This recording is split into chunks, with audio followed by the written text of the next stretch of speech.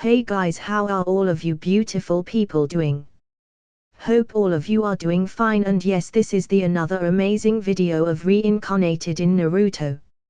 So without any delay, let's start the story.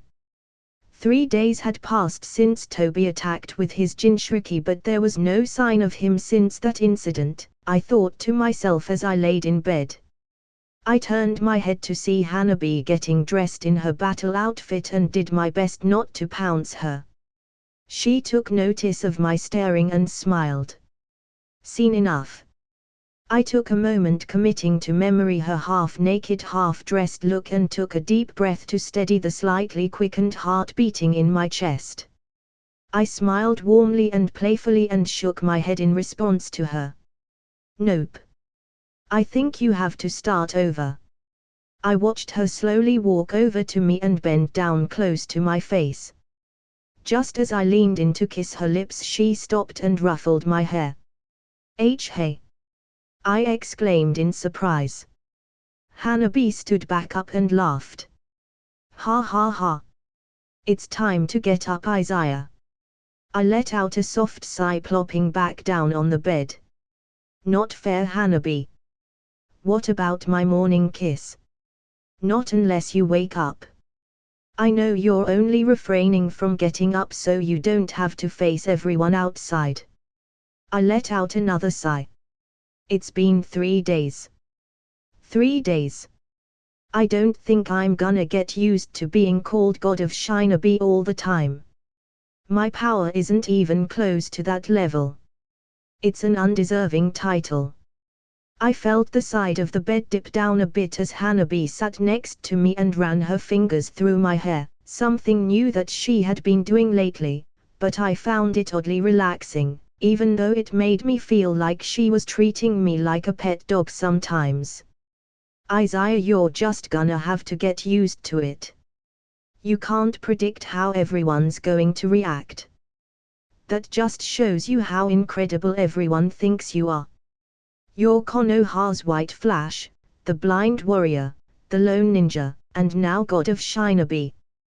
Don't worry though, you aren't alone. Kimimaro is being called Bone Demon Kimimaro. In fact, since he's so skilled in Taijutsu, he's also being called Konoha's Pale Beast. I shifted my head and looked up at Hanabi, surprised. Really? Since when did people start calling Maro as Konoha's Pale Beast? That sounds just like Might Guy being referred to as Konoha's Blue Beast and Rock Lee as Konoha's Green Beast. Hanabi shrugged her shoulders. I don't know, it just happened one day and I guess it stuck around with people. Besides, I hear you two aren't the only ones gaining a lot of recognition. I heard Haku is being called Silent Killer Haku, Frost Needle Haku, Thousand Needle Haku, and even Ocean Sage Haku. Oh, and get this, Sajuke is being called Demon Eye Sajuke, Sajuke of the Sharingan, and the Dark Fire Shinobi. So you don't have to feel so embarrassed anymore. Once more I let out a sigh in defeat. Hanabi smirked. You'll start sounding like an old man if you sigh so much. It's still so early in the morning. I nodded my head and finally got dressed. Just as I finished strapping Muramasa to my waist, I grabbed Hanabi's hand. Hanabi, I'm leaving today. I'm going back out to search for Kabuto. After hearing what I said, she frowned but nodded silently. I knew you'd have to get back to that at some point. Don't worry about us here. Even if Madara does come back, we should be able to handle him. Naruto and B are still here and they've recovered by now. Also, the First Division finally won their battle yesterday and are heading to our location along with the other half of the Second Division, Third Division, Fourth Division, and Fifth Division. Even the White Zetsu army has been completely defeated.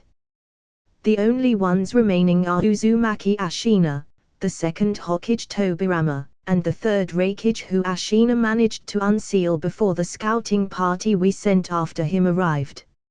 And of course Madara and Kabuto. I nodded my head in agreement. The lives lost in the war though. Hanabi nodded in sorrow as well. I heard. Asuma-sensei died. Chisa died too. Baki from Tsunagakure and Dodai and C from Kumogakure also died. A whole lot of other shinobi passed away as well. I hope the war ends soon. I stepped forward and gave Hanabi a tight hug. She looked up at me as I looked down at her. A peaceful silence fell between us as she tiptoed on her feet while I lowered my head and we shared an intimate kiss. Be careful, she whispered. You too, I whispered back before teleporting away. Hanabi stared at the empty spot I was just at for a few seconds before saying, I don't think I'll ever get used to that. She walked out of her tent and over to HQ, seeing Tsunade deep in thought writing a letter. After another minute passed, Tsunade finally put down her pen and folded the letter up, placing it in an envelope and sent it off with a bird. She finally took notice of Hanabi's presence in the room and said, Oh, Hanabi, you're up. Where's Izaya? He better still not be asleep. Hanabi smiled and shook her head. No, he left already to resume his search for Kabuto. Tsunade let out a sigh. He didn't even bother to walk through the camp. Hanabi let out a soft sigh. He says he feels a bit embarrassed that people are still calling him God of Shinobi. Just as Tsunade stood up from her seat and opened her mouth to say something, 2 wooden coffins with ceiling tags popped up randomly in the HQ tent, startling everyone inside. What the hell? Tsunade exclaimed. She walked over to the 2 wooden coffins and shook her head as she read the note attached. Hanabi tilted her head in confusion and asked, Lord Fifth, what does the note say? Tsunade clicked her tongue. TCH. Hanabi, you should teach your boyfriend a bit of discretion. Honestly, that guy is a bit too random sometimes. He could at least give us a heads up. Hanabi blinked her eyes, still confused, and smiled awkwardly. Haha, I apologize for Izaya's behavior. He can be a bit unconventional at times, but I promise I'm sure he means well. Tsunade just waved her hands. It's fine. I'm not reprimanding him or anything, so no need to be so defensive for him. These 2 wooden coffins contain the sealed attack eye and Nagato. Izaya sent them here since we haven't heard word of Ashina's whereabouts for the past 20 hours. We've secured all the sealed reanimated shinobi by now except for these 2, since it wasn't the Allied forces that sealed them away. Izaya was worried that Ashina would make his way to their body, so I guess he got there first and sent them here. Just as Tsunade finished saying what she had to say, a loud commotion was heard from outside HQ. What's going on now? Tsunade questioned aloud as she walked out of the tent. The moment she walked out, she was greeted by the sight of the rest of the Allied shinobi forces. The 1st Division led by Derue, the 3rd Division currently being temporarily led by Guy and Sakura, the 4th Division led by Gara, and the 5th Division led by Mifune. With all the major battlefields won, everyone had decided to gather where HQ was stationed. After a few hours passed getting everyone settled into their camps, the major leaders of the Allied forces sat around a large table inside HQ's tent. They were Tsunade, Gara, Onaki, Derue, Kurotsuchi, Guy, Mifune, Shikamaru, and Ino. Tsunade was the first to speak. Shikamaru, tell us the status of the overall situation. He nodded and replied, the war began on the 6th of October. It's currently the 12th of December. Over these months we finally defeated the White Zetsu army and sealed away most of the reanimated shinobi. Unfortunately there is still the reanimated Ashina, 2nd Hokage, and 3rd Raikage left to seal. Kakashi, Sasuke, Haku, Sai, Lord 3rd Hokage, the 4th Raikage, Kimimaro, and Neji are searching for them. Izaya is currently searching for the whereabouts of Kabuto. He has a good idea of where Kabuto might be, so we'll leave it to him. As for Madara, we don't know what he's up to. He attacked us 3 days ago, but thanks to Izaya, Naruto, and they were able to force Madara to retreat. The total casualty loss on our side is extensive.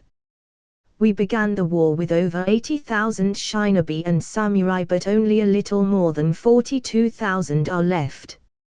Once again, the only enemies left are Madara, Kabuto, Ashina, the 2nd Hokage, and the 3rd Raikage. Now that all members of the alliance have won their battlefields, it's only a matter of hunting down the leftover enemy. Everyone in the room nodded in silence, as they were glad that the war was slowly coming to an end, but felt that the cost to get this far was too much, as nearly half of the entire allied shinobi forces had been wiped out. The ground slowly began to tremble and loud noises of combat could be heard from outside, quickly prompting everyone in the room to rush out. They were all greeted by the sight of Ashina, Tobirama, and the 3rd Raikage locked in combat against Hiruzen, Kakashi, Haku, Sasuke, Neji, Kimimaro, and the 4th Raikage, whilst Sai sat hovering in the air waiting for a chance to seal one of the reanimated shinobi. Ting! Cling! Bang! Boom! Dust and debris kicked up in the air as both sides separated from each other to create some distance. Tsunade and Sakura quickly rushed over and began healing as Tsunade asked, "What's the situation?"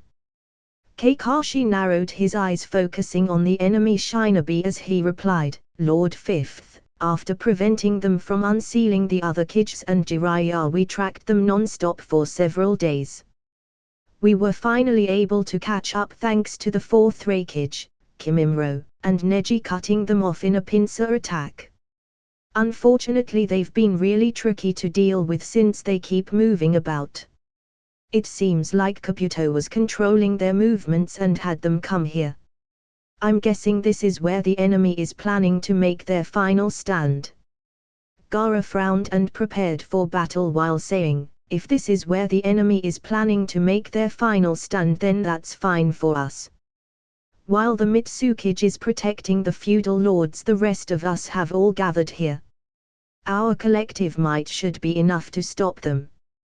Hiruzen clutched onto his summoned adamantine staff and furrowed his brow before adding, "Indeed, we have everyone's combined strength, but we must be cautious in how we handle these 3 enemies. None of them are ordinary. Onaki, Gaara, you two should once again combine your might to defeat the 3rd Raikage like last time, but this time have the 4th Raikage assist you both. Haku, Kimimaro, Tsunade, you 3 handle Lord 2nd Hokage. Sasuke, Kakashi, you both assist me in dealing with Ashina. He's tricky to deal with due to his mastery over Fuinjutsu. Even I am not privy to all of his secret techniques, and the ones I am aware of are all incredibly dangerous. One wrong move and it will be the end of your life." Before anyone could even respond, a small ripple in the air appeared as a figure slowly popped into existence. Onaki scowled. "Uchiha Madara. So you decide to show yourself." Naruto and quickly jumped down to join the others and prepared to fight as well. Tobi stood next to Ashina, Tobirama, and the 3rd Raikage before scoffing at everyone. "Well, it seems that Izaya is not here. That'll make destroying you all even easier." The 4th Raikage frowned and responded, "What does Izaya being here have to do with anything? Even without him here, we'll be enough to crush you." Tobi laughed as he stared at everyone. "Izaya is the only one amongst all you shinobi that I had actually been quite wary of. After all, he has been the one to consistently throw my plans out of array. First attack I, then Nagato, and now I find out that his strength is at a level that lets him duel against even several tailed beasts when he isn't a Jinchuriki himself. Wood style, flying thunder god, Mangekyo Sharingan, he can even escape from my space-time ninjutsu. Reflecting in hindsight, he should have been the first one I killed. But no matter, I merely admire his skill and give credit where credit is due. In the end he'll still end up like the rest of you. Locked away in the infinite Tsukiyomi. Naruto clenched his fist as he immediately entered his complete Nine Tails chakra cloak and shouted, "That's not gonna happen. We'll stop you and put an end to this war." Toby weaved the signs for the summoning jutsu and placed his hands on the ground, calling forth the giant Ten Tails statue. "Then I'd like to see you try." At that moment Tobirama standing nearby weaved the hand signs for the summoning jutsu as well and placed his hands on the ground. Two wooden coffins rose up next to him as everyone became extremely wary since they hadn't expected there to be any more reanimated summons joining the war. The wooden covers slowly fell to the ground, revealing two reanimated shinobi that stood unmoving. White steam rose in the air off of their bodies as they slowly came back to life. Everyone immediately felt cold sweat drip down their backs and foreheads as they stared at the two newly summoned reanimated shinobi. Hiruzen stared in shock and disbelief as he stuttered, Impossible. That's Uchiha Madara and the first Hokage Senju Hashirama." "How?" Naruto widened his eyes in shock and asked, "Old Gramps Third, what do you mean Madara? Isn't Madara the guy wearing the mask over there?" Onaki shook his head as he also felt disbelief wash over him. "No Naruto. That reanimated shinobi is definitely the real Madara. He looks just the same as he did back then. But it's not only Madara. Even the first Hokage has been revived." Naruto clenched his fist. "Then if that masked guy isn't Madara, who is he?" Gaara stood out and got serious as he replied, "It doesn't matter. He still needs to be stopped. Third Hokage, it appears we need to rethink our strategy." Hiruzen nodded. "It would seem so." It was at this moment the Mitsukage appeared next to Tsunade. Tsunade turned her head in surprise. "Mitsukage, you arrived just in time. How did you know?" The Mitsukage prepared herself for battle and replied, "It was Shikamaru who informed me of the situation. With the Hokage's protection squad they were able to teleport me to you with the flying thunder god jutsu marked on your body." Onaki nodded acknowledging Mai's presence but spoke up, "It's good that everyone is gathered, but we need a new strategy.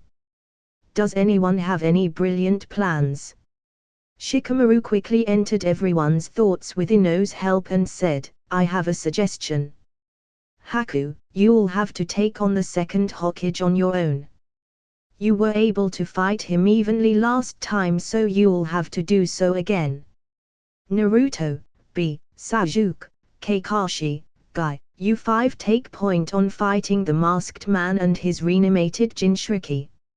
Fourth Raikage, Lord Fifth Hokage, Fifth Mitsukage, Third Sashikage, Fifth Kazekage, you five are the five Kage of the five great nations and possess the greatest strength out of everyone.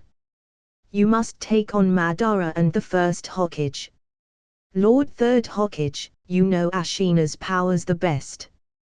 You must face him and take him down. Kimimaro will provide you assistance. As for the third Raikage, we'll have the division captains face him. So that'll be up to Derue, Kurotsuchi, and Mifune. We'll have the allied forces provide assistance to all battlefields." Everyone quickly nodded in agreement. All the while on the other side the reanimated Madara looked at Hashirama and said, Well, Hashirama. This was unexpected. I was not expecting to be revived in this form. Nor was I expecting you to be revived alongside me. Hashirama frowned and replied, Madara, was this your doing? No. As you can see, I am also currently a reanimated corpse. Hashirama focused his power and attempted to break free from the control of the reanimation, but to no avail. Madara smirked as he watched Hashirama. There's no need to try anymore. Even I am unable to break free from this jutsu currently. You and I were brought back with quite a bit of power, but because we are dead we were not brought back with our full power. Hashirama let out a deep sigh in regret and said, it appears that whoever the caster of this reanimation jutsu is, they have enhanced the binding with Sage mode. They most also likely used my cells to increase the power of the binding. Madara merely nodded. It would seem so. It's a shame I won't be getting to fight against you. He then noticed Toby standing not too far away and frowned before asking, why are you wearing that mask? No need to be shy. And it appears that this is a newly formed allied Shinobi force. Their headbands say Shinobi. By the way, what happened to Nagato? This was not the form I was supposed to be revived in. Toby frowned and unhooked the gunby fan from his back before tossing it over to Madara, who caught it. Toby then proceeded to say, Nagato betrayed us. I am only wearing this mask so no one would recognize me. That way I could instill fear into the heart of the world as Madara. Madara laughed, ha ha ha. But you are Madara. Madara is he who rejects the world. Everyone frowned as they listened to Madara and Toby's conversation, becoming extremely confused at how the two knew each other and what they were talking about. Hashirama frowned as he said, Madara. So you planned this? In a way. Not everything seems to be going according to plan, but since I've been revived in this form I can help steer everything along. I do find it a pity that you aren't revived as a member of this allied force, Hashirama.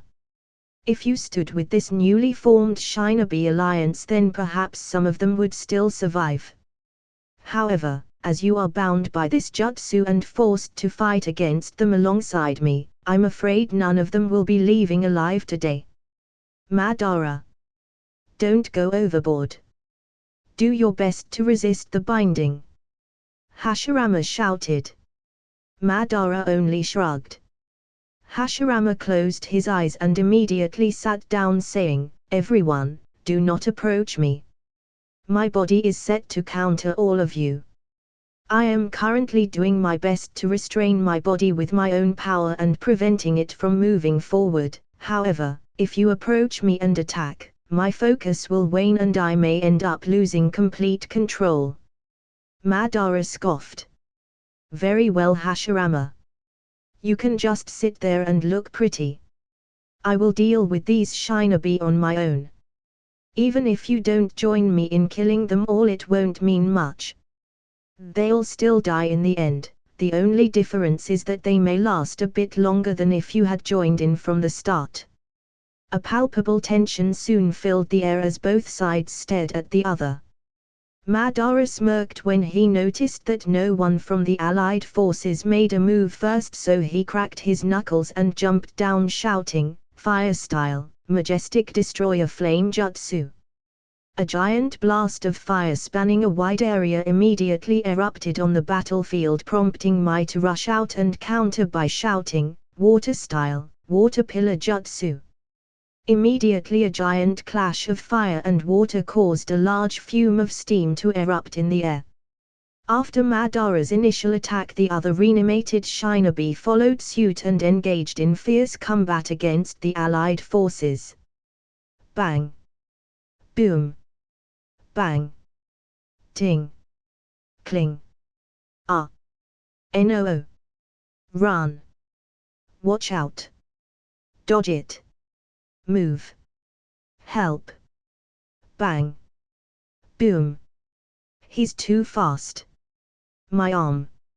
Fire style, fur. Crap, they're too strong. Don't falter. The 5 kids are fighting alongside us. Shit shit shit. Brother. No. Father. Don't come closer. Screams of terror and cries of death rang throughout the battlefield as Madara and the others continued to lay waste to the Shinobi Alliance. Even though the other kids tried to help, with a disoriented mob of Shinobis thrown into the mix, it was difficult for any of them to fight with their true power, and so the death rate continued to climb.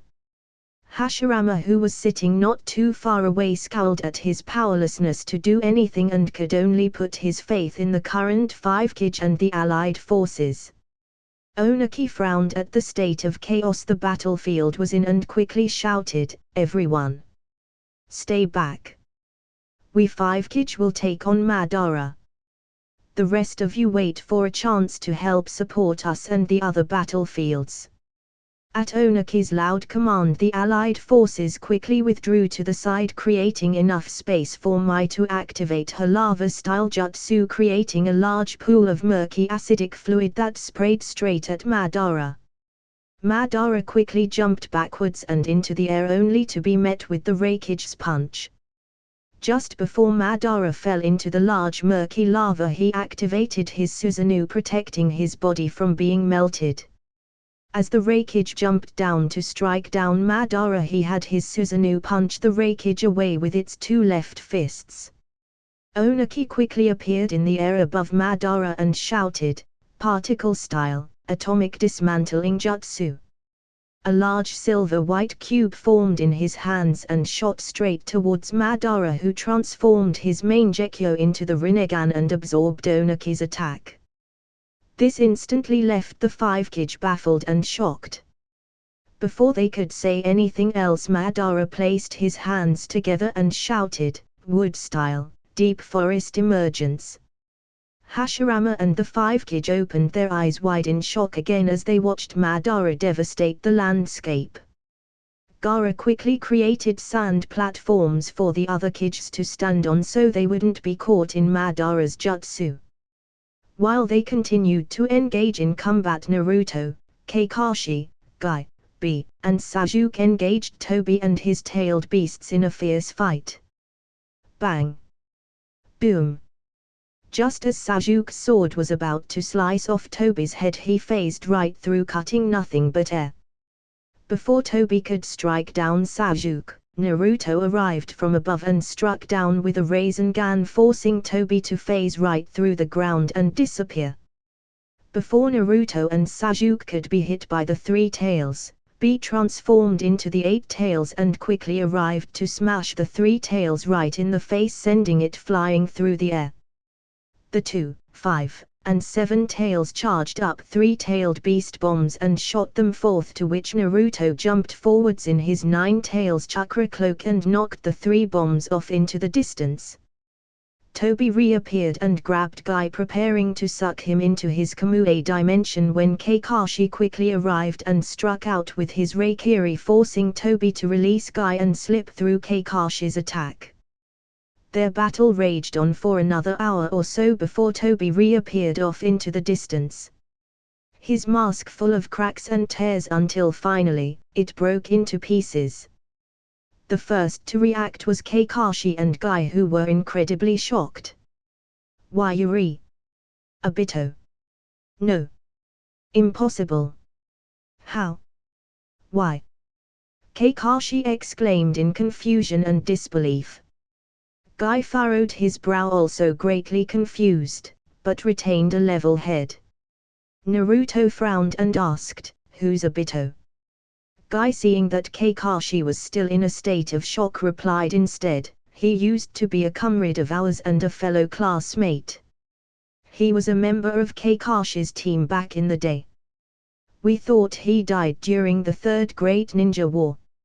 Obito stared at Kakashi with indifference as he prepared his next attack. Kakashi's body shook involuntarily as his mind and emotions were in complete turmoil. "Obito? Why? You were alive this entire time. Why didn't you come back? Why didn't you let me know?" Why are you doing this? Obito scoffed at Kakashi and replied, who cares? You don't have to feel so remorseful, Kakashi. But, if you really need an answer, then I guess it's because you let Rin die. No matter, I've long since gotten over it. There's no need for me to care about this kind of messed up reality. I will amend this world and make it right. Naruto, hearing everything going on, gritted his teeth and shouted, Kakashi-sensei. This is no time to be depressed. Right now we need to stop what he's trying to do. Naruto is right. Kakashi. Right now the fate of the world rests in our hands. Guy remarked. Sasuke frowned as he stared between Kakashi and Obito before chiming in, Kakashi. I don't know what really went on between you two or who this Rin person is, but I'm guessing you couldn't save her in the end. I guess you couldn't save this guy either. You once said a long time ago when we were still genin that you wouldn't let your friends die. I'm guessing you became like that after you couldn't save this Rin and Obito person. Then you told me when I returned to the village that I shouldn't try to do everything on my own. You should practice a bit of what you preach. Kakashi. I'm not very good with words. But if Izaya were here, I'm sure he'd say something like, no burden is too heavy to carry. As long as you realize that you don't have to carry it alone. You may not know it, but there are those around you who are always ready to step in and give a helping hand when you least expect it. You don't have to wallow in the darkness alone. Don't forget everything that has happened that has gotten you to this point. And in the end, if you still have feelings of guilt and lingering regret left over, then the only way you can repent is by living and doing all you can to make right by them. So you don't have time to feel depressed. I'm sure he'd say something like that. Kakashi widened his eyes in surprise at Sasuke's words. He never took Sasuke as one who would be able to formulate his words so well. On top of that, he never imagined Sasuke would ever talk this much either. At that moment Sakura arrived before Kakashi and began healing his injuries as Naruto and Sasuke stood out in front of him. Kakashi felt his emotions stir as he looked around him to see Sakura, Sasuke, and Naruto by his side before hearing Sasuke speak once more, besides, I am your student after all. It is only natural that the student take on his sensei's burdens as well. If you no longer have the will or strength to protect those around you, then leave it to me. I'll do it for you. Naruto and Sakura smiled at Sasuke's words and they both said at the same time, no. Leave it to us. After all, together we are Team 7. Kakashi felt his eyes water as he looked at Sasuke, Naruto, and Sakura and once more remembered the feeling of wanting to do everything he could to ensure the safety of his precious students. He quickly blinked away his tears and stood up, healed from Sakura's medical ninjutsu and clenched his fist with a newfound resolve. Yeah, you guys are right. I'm sorry for showing my students such a pathetic side of me. We are Team 7. I feel a bit ashamed, but please help me carry this burden of mine. Sasuke, Naruto, and Sakura nodded with confidence and said, Amen. We'll deal with him together. Guy standing off to the side scratched the side of his cheek, being completely forgotten by the others, and mumbled to himself, Don't he forget about me, I'm still here too. Where's my team? Obito smirked amusedly as he watched everything play out and laughed before placing his hands together. The large statue of the 10 tails opened its mouth, releasing purple dragon chains that bound all of the tailed beasts under his control and dragged them back into the statue. He then placed his hands on the ground and shouted, Uchiha Flame Formation Barrier. A giant red barrier immediately formed itself around the 10 tails statue as Obito stood unmoving from his spot with a sinister smile.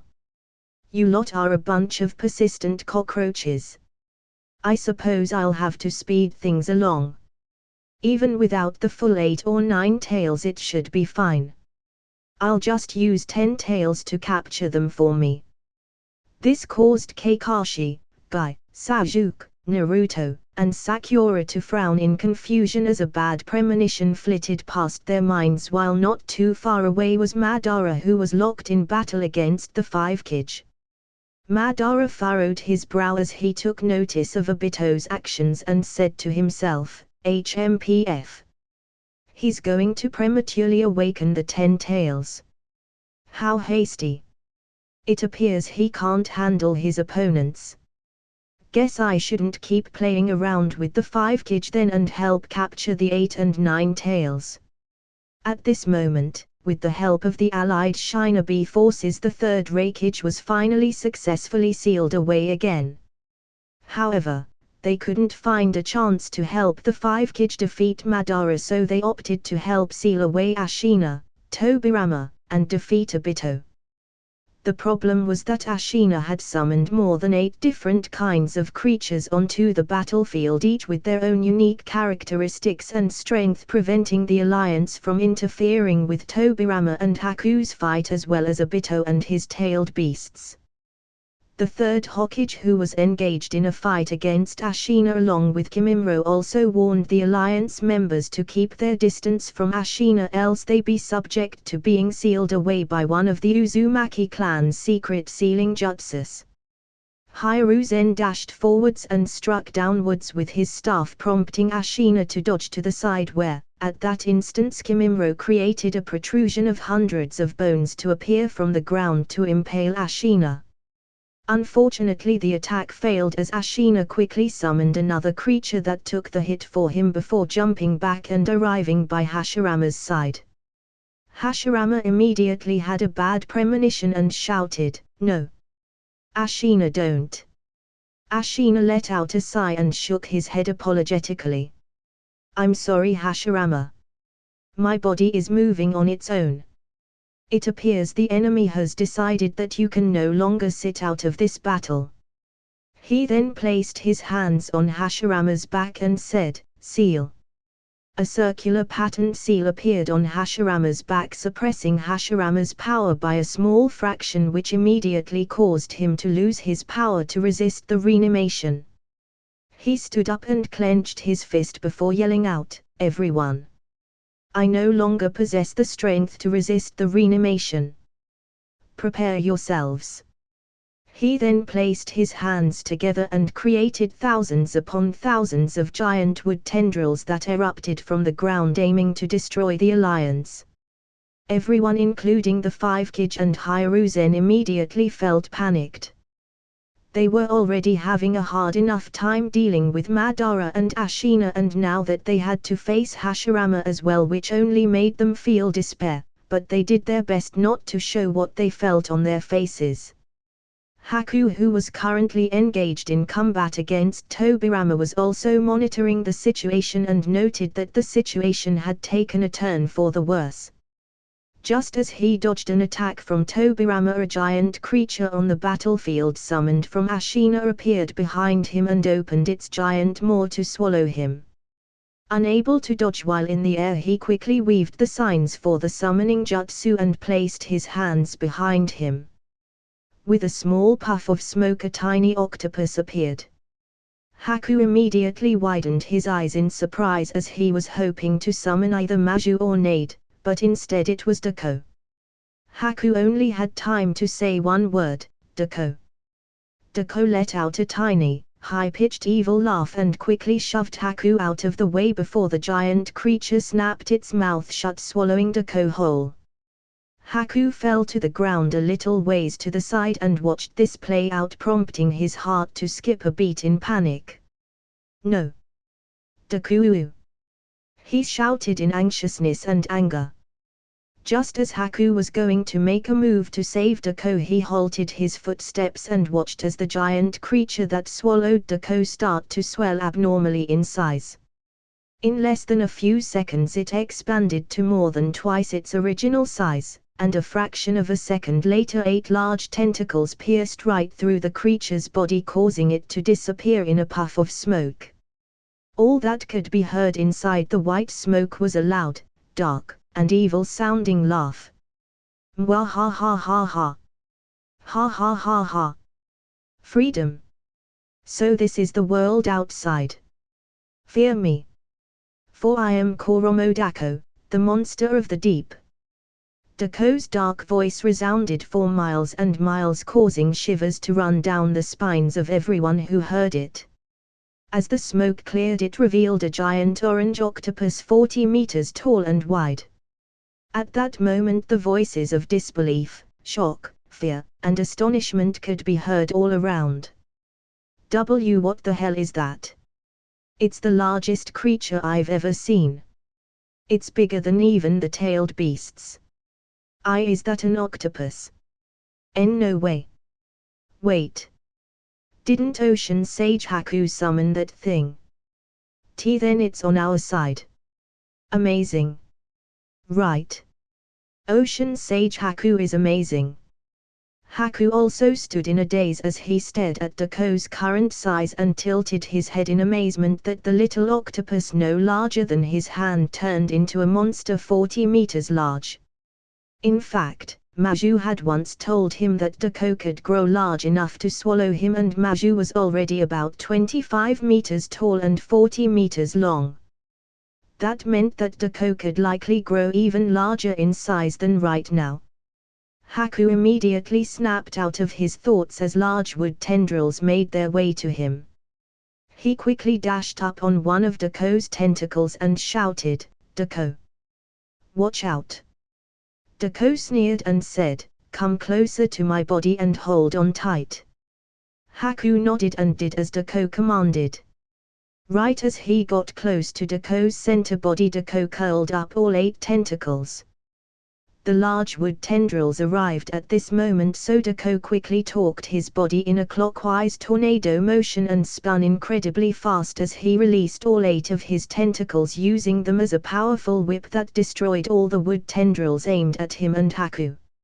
Large amounts of dust, debris, dirt, wood, and rocks flung through the air from the force that was generated.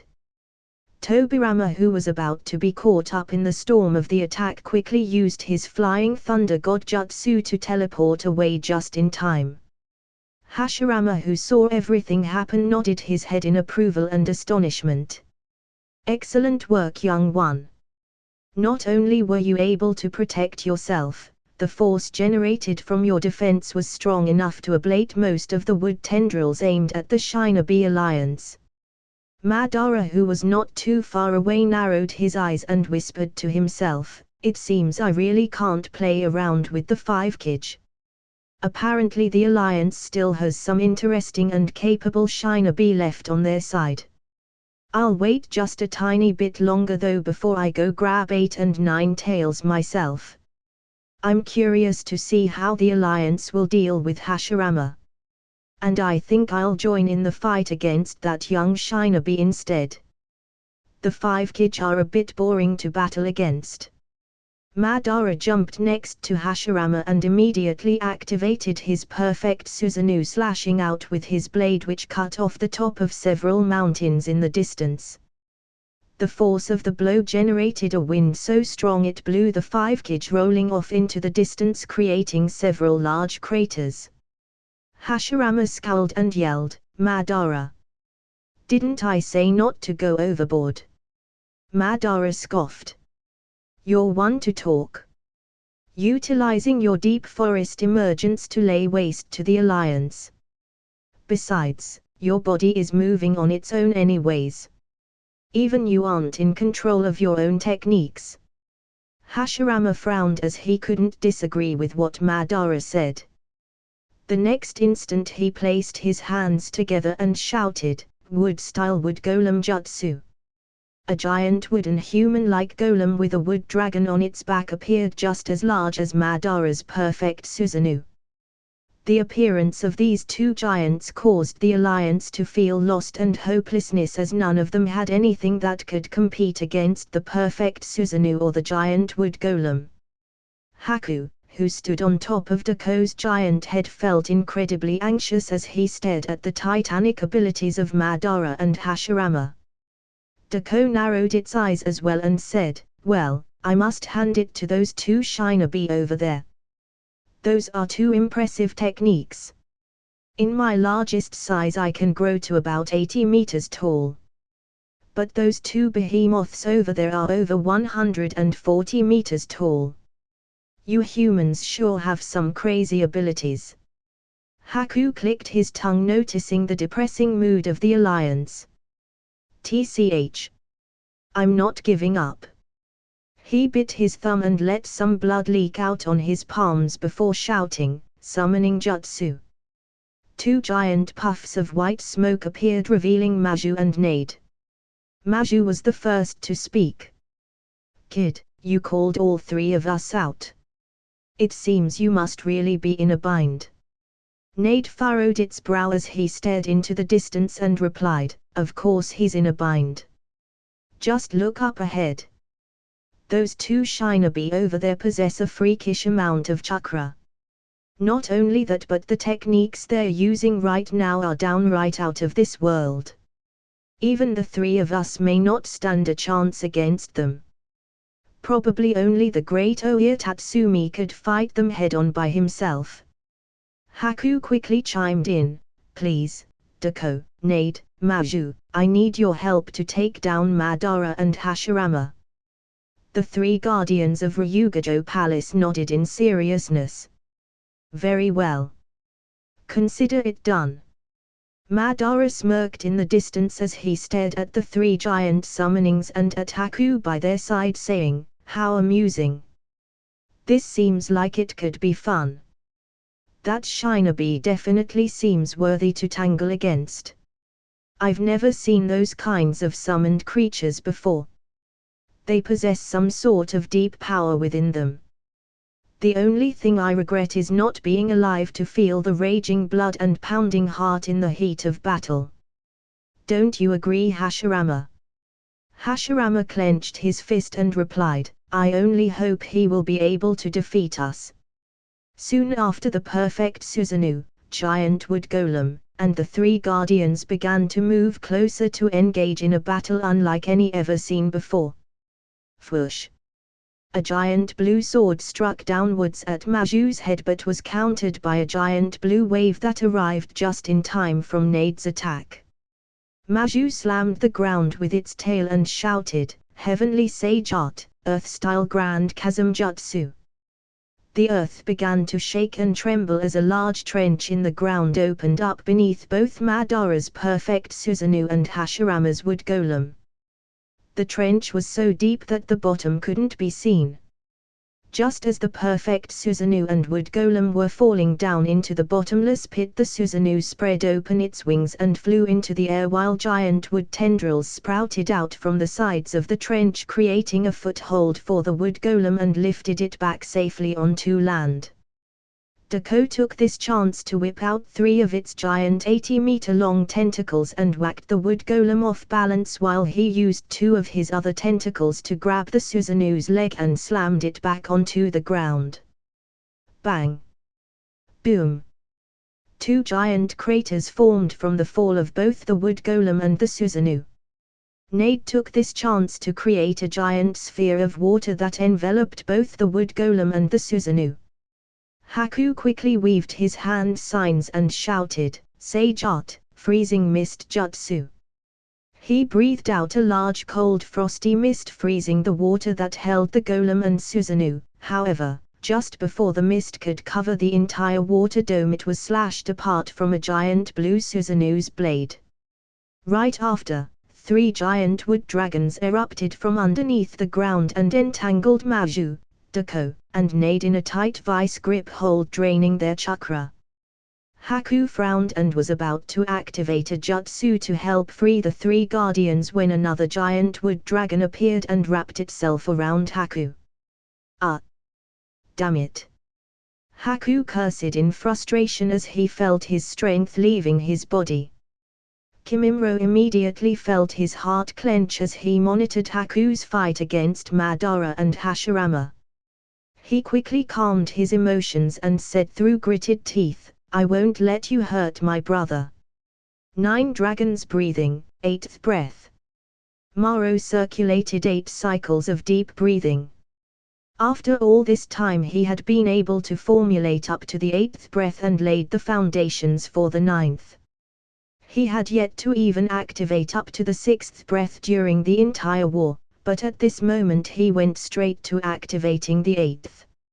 As soon as he finished taking in the 8th breath, his body released a dense purple aura that gave off a feeling of incredible power.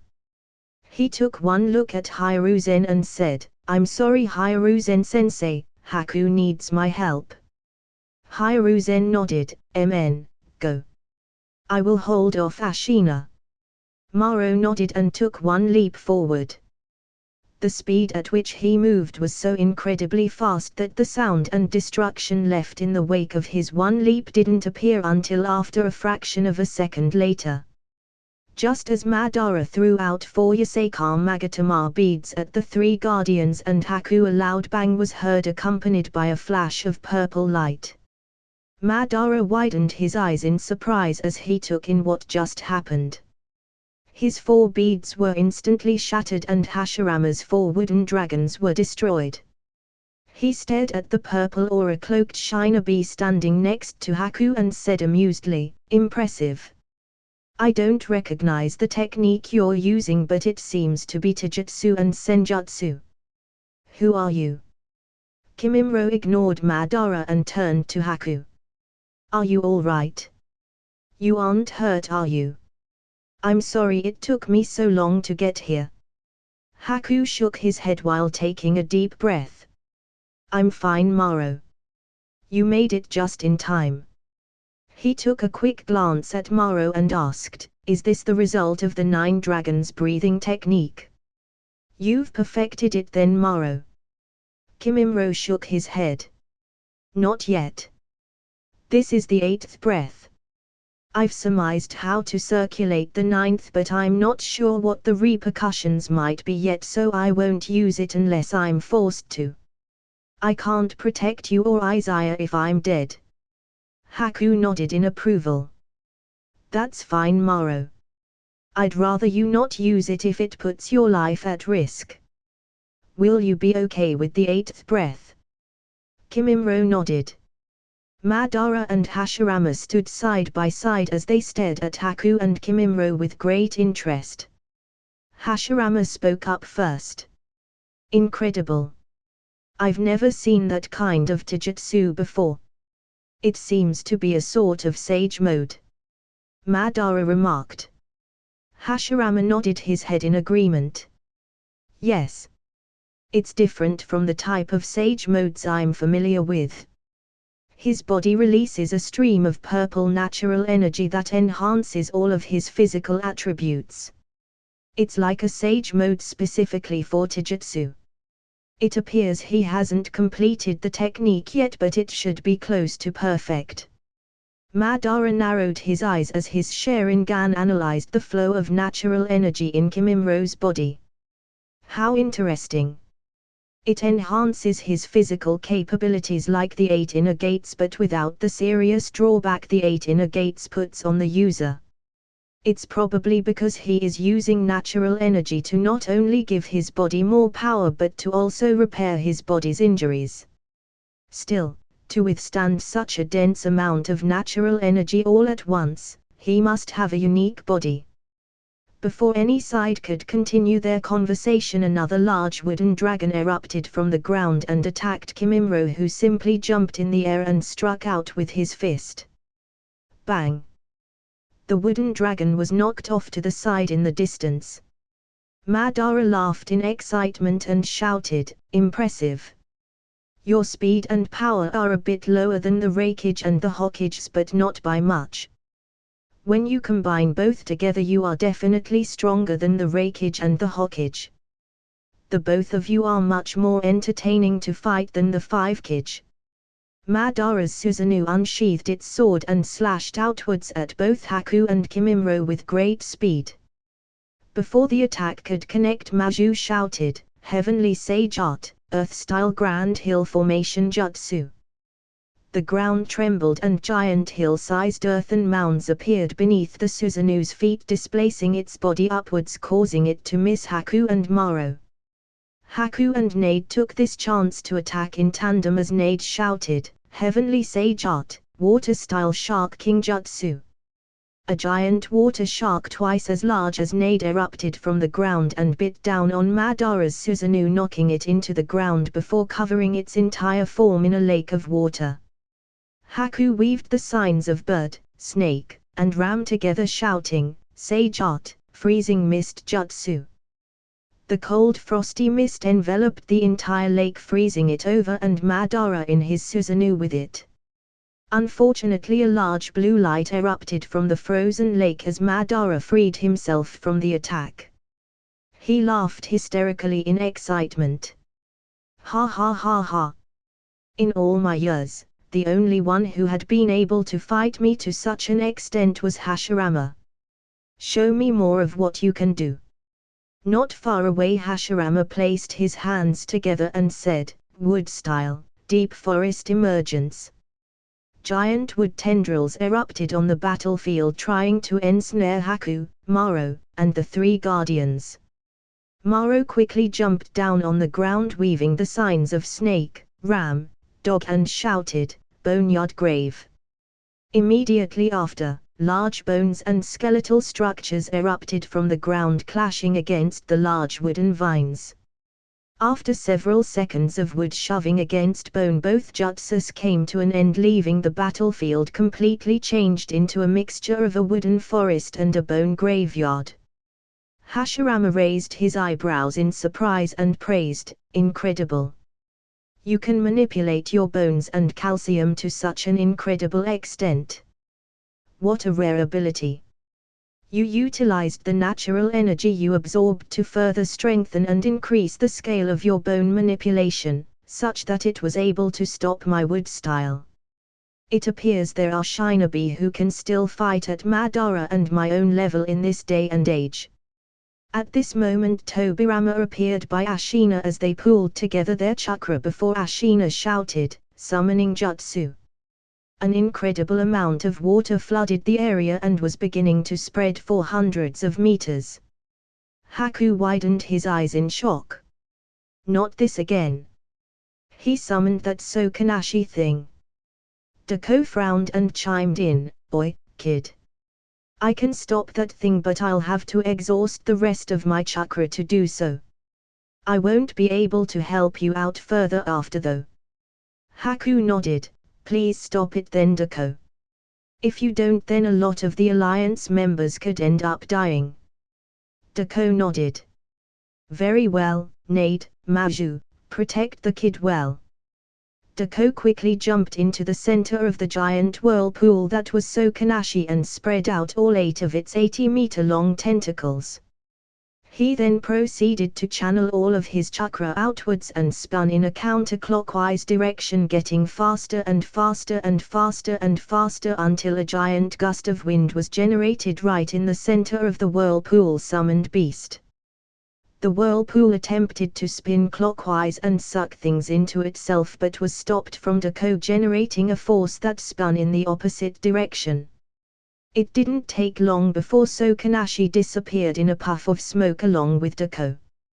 Haku silently whispered to himself, "Thanks, Dako." Madara scoffed as he watched everything play out and took note that Obito was losing quite badly. He also took note that the 10 Tails was about to revive and let out a soft sigh. "Guess it's time I go get the 8 and 9 Tails." Hashirama, hearing what Madara said, became alarmed and shouted, "Madara! Don't!" Madara ignored Hashirama and placed his hands together along with his Susanoo, forming the signs of ram, snake, and bird simultaneously. Only a few seconds passed before the entire battlefield was blanketed by a dark shadow. A giant meteorite fell from the sky, giving off a despairing pressure to the entire alliance.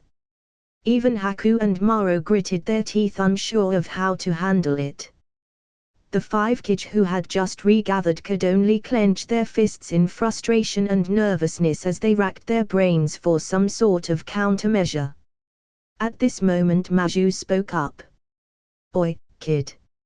I gotta hand it to that shinobi over there. He just performed an incredible jutsu. I can stop the technique from falling in this location, but to deflect something as large as that meteorite will take the rest of my chakra. If I don't deflect it, I'm positive I can survive the impact of that thing and protect you too. The downside is that a lot of other people here will probably die. What do you want me to do?" Haku clenched his fist and replied without hesitation, "Please Maju, stop that meteorite." Maju nodded. "Very well." Fwish. A powerful wind was generated around Maju's body as he began gathering his chakra all at once. Only 2 seconds passed before his body was cloaked in a powerful green light. Heavenly Sage Art, Grand Body Cannon. Bang! Maju's 25-meter tall and 40-meter long body shot forth at a great speed, arriving before the massive meteorite and smashed right into it. A green light flashed across the sky for a split second before a loud thundering crashing sound could be heard from the impact. The giant meteorite was immediately shifted off its trajectory and flew through the air, crashing into the ground away from the Shinobi Alliance. Maju disappeared in a puff of smoke right after. Madara widened his eyes in shock. Incredible! That giant catfish was able to deflect a meteorite that large. What is this heavenly sage art he keeps using? He then said rhetorically, "But now that he's gone, who's going to stop the second one?" In merely a few seconds after the first meteorite was deflected, another soon filled its place in the sky. Haku exclaimed in shock, "What? It can't be." Nade, resting nearby, let out a sigh. "I anticipated this. I could sense something amiss through Heavenly Sage mode. After this one there isn't any more. Since Maju deflected the first one, I'll do you a favor and stop this one. Be careful on your own though, kid. I'll also have to use up my chakra to deflect it." Haku nodded his head. "Sorry Nade." "Thanks." Nade began gathering his chakra as a turquoise color of light erupted off his body and shouted, "Heavenly Sage Art, Water-style Grand Shark Embodiment." A dense amount of gushing water formed around Nade's body in the shape of a giant 30-meter shark before he shot forth into the air and straight at the meteorite. The moment Nade made contact with the meteorite, a flash of turquoise-colored light filled the air before dissipating. The giant meteorite flew through the air and landed next to the first one that Maju deflected safely away from the Alliance. Just like Maju, Nade disappeared in a puff of smoke right after. Madara smirked amusedly as he said to himself, "That kid has quite the unique summons." He then turned to Hashirama. "I'd like to stick around and fight them a bit more, but it seems my accomplice is about to lose. The 10 Tails is also about to awaken, so I'll leave things here for you." Madara didn't wait for Hashirama's reply as he dashed off towards Obito. 888. Back to Izaya. Swish. Snow fluttered through the air as I dashed through the cold frozen forest and made my way to Ryuchi Cave. After sending Itakai and Nagato's sealed corpses to HQ, I immediately set out to look for Kabuto. After I confirmed that he wasn't in any of the other places I had thought of, I quickly set out for Ryuchi Cave. I hope he's here, and I hope I can even get through to Ryuchi Cave. I crossed my fingers as I came to a halt in front of multiple giant cave entrances. This is it. Now hopefully I won't get lost. I whispered to myself and set out into a large dark cave. After walking for a few minutes inside the seemingly never-ending cave, I finally noticed a change in the air as white mist began to surround the area. That's odd. This white mist came too quickly. I turned to look behind me only to find that the path I took to get here disappeared. When I turned back in front of me, I took note of several bright lights in the distance. Furrowing my brow, I walked forward and arrived before a giant palace that looked unnaturally lavish, especially for being located inside a giant cave. At that moment the doors of the palace opened, revealing a lady in ceremonial clothing. She put a smile on her face and walked towards me, saying in a sweet and gentle voice, "Welcome to Ryuchi Cave, traveler. You must be weary from your long journey. Please, come inside and rest for a bit." I smirked as I stared at the palace and the lady in front of me as my Sharingan saw right through their facade. The lady tilted her head in confusion when she noticed that I remained standing in the same spot unmoving and asked, "Is there something wrong, traveler?" "Of course there's something wrong. Did you think that I couldn't see through your genjutsu? I came here to find someone. And in order to find someone I wish to meet the White Snake Sage, not to play your games." This caused her to frown as the palace disappeared, turning back into fog. She also turned into a sinister-looking snake and sneered at me. "Huh. So you figured it out already? I'm impressed that you knew this was a genjutsu. You didn't even flinch. All those who come to Ryuchi Cave come seeking power. To meet Her Majesty you need to pass some trials. If you fail then I could eat you. How unfortunate that you saw through this ploy. I really wanted to eat you." I watched her slowly fade away into the fog as she finished her last sentence. I let out a relieved sigh as I thought, this is a good sign. I thought I might have to wander the caves aimlessly and smash through everything to get the white snake's attention, but it appears my presence has been noticed. I continued my trek forward in the dense fog and arrived before a giant wall that blocked the path ahead. I snuck a glance behind me, taking notice of another lady in white ceremonial clothing. "So, another one of your trials, eh?" She chuckled and said, "That's right. My name is Ichikishimaheim." I won't make it easy. Before she could finish speaking I flared up my chakra and created a powerful pressure that weighed down on the area, directing most of my aura at her. She immediately felt her mind go blank and panicked at the sense of danger. A powerful sharp killing intent entered her mind, causing her to stumble and fall to the ground. The giant wall blocking my path immediately disappeared into nothing but fog as I stood unmoving, staring at the scared white snake lady.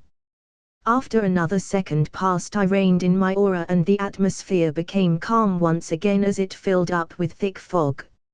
I watched the snake called Ichikishimaheim take in deep breaths to steady her mind as she slowly lifted her head and stared at me with a bit of fear in her eyes. I spoke in that moment. "I told your companion earlier. I don't have time to play your games. I'm looking for someone and I need the help of the White Snake Sage." Ichikishimaheim shivered in fear as she couldn't forget the dense killing intent and powerful aura that invaded her mind earlier. She simply nodded and said, I apologize. I was only doing as I was ordered. I will leave you be." She then disappeared into the fog. Just as she disappeared, another snake lady in white ceremonial clothes appeared in front of me, standing a bit away in the distance. I furrowed my brow. "Another trial."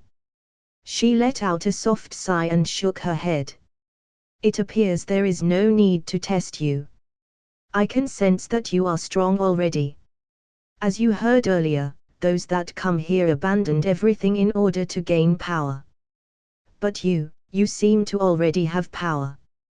You truly have not come to learn from Her Majesty the Great White Snake Sage." I simply shook my head. "I told your companions already. I only seek to find someone. In order to find them I need the assistance of the sage. I only wish to speak with her. She let out another sigh as the fog slowly dissipated. Soon after, a large temple-like building appeared. She stepped off to the side and said, "Go on ahead. You will find Her Majesty inside." I nodded my head in appreciation and quickly made my way inside. It was a giant hall with a long red carpet stairway that led to the top. Without wasting any more time, I dashed forward and made my way to the top. Just as I made it, I took note of a giant old white snake sitting on a throne with a cigarette in her mouth. We both stared at each other for a moment before she let out a puff of smoke and spoke in an old and wise ladylike voice. "Well now. You are quite an interesting youngling. You possess such a powerful aura already at your age, even without the power of senjutsu. You are also capable of dispelling the genjutsu trials that people take to get here and contain a hidden powerful bloodlust that even struck fear in one of my subordinates. You say that you wish to talk. What is it that you want to say to me?" "Thank you for meeting with me, Lord Sage.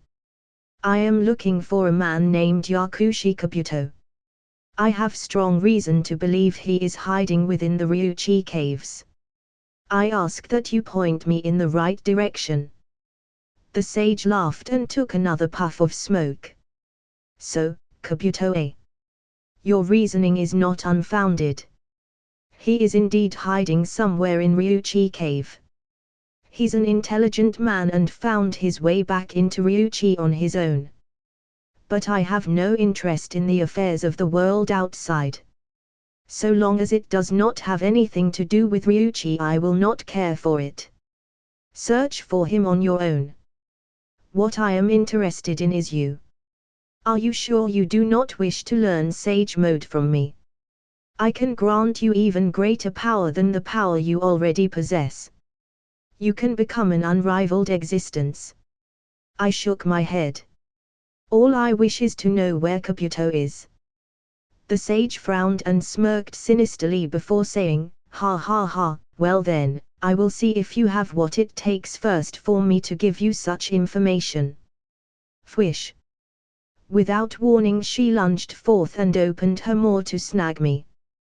Before I could even react, a powerful crimson light flashed in the area for a split second, filling the entire temple with blinding radiance before disappearing. When everything calmed back down, I furrowed my brow in confusion. What was that? I thought to myself.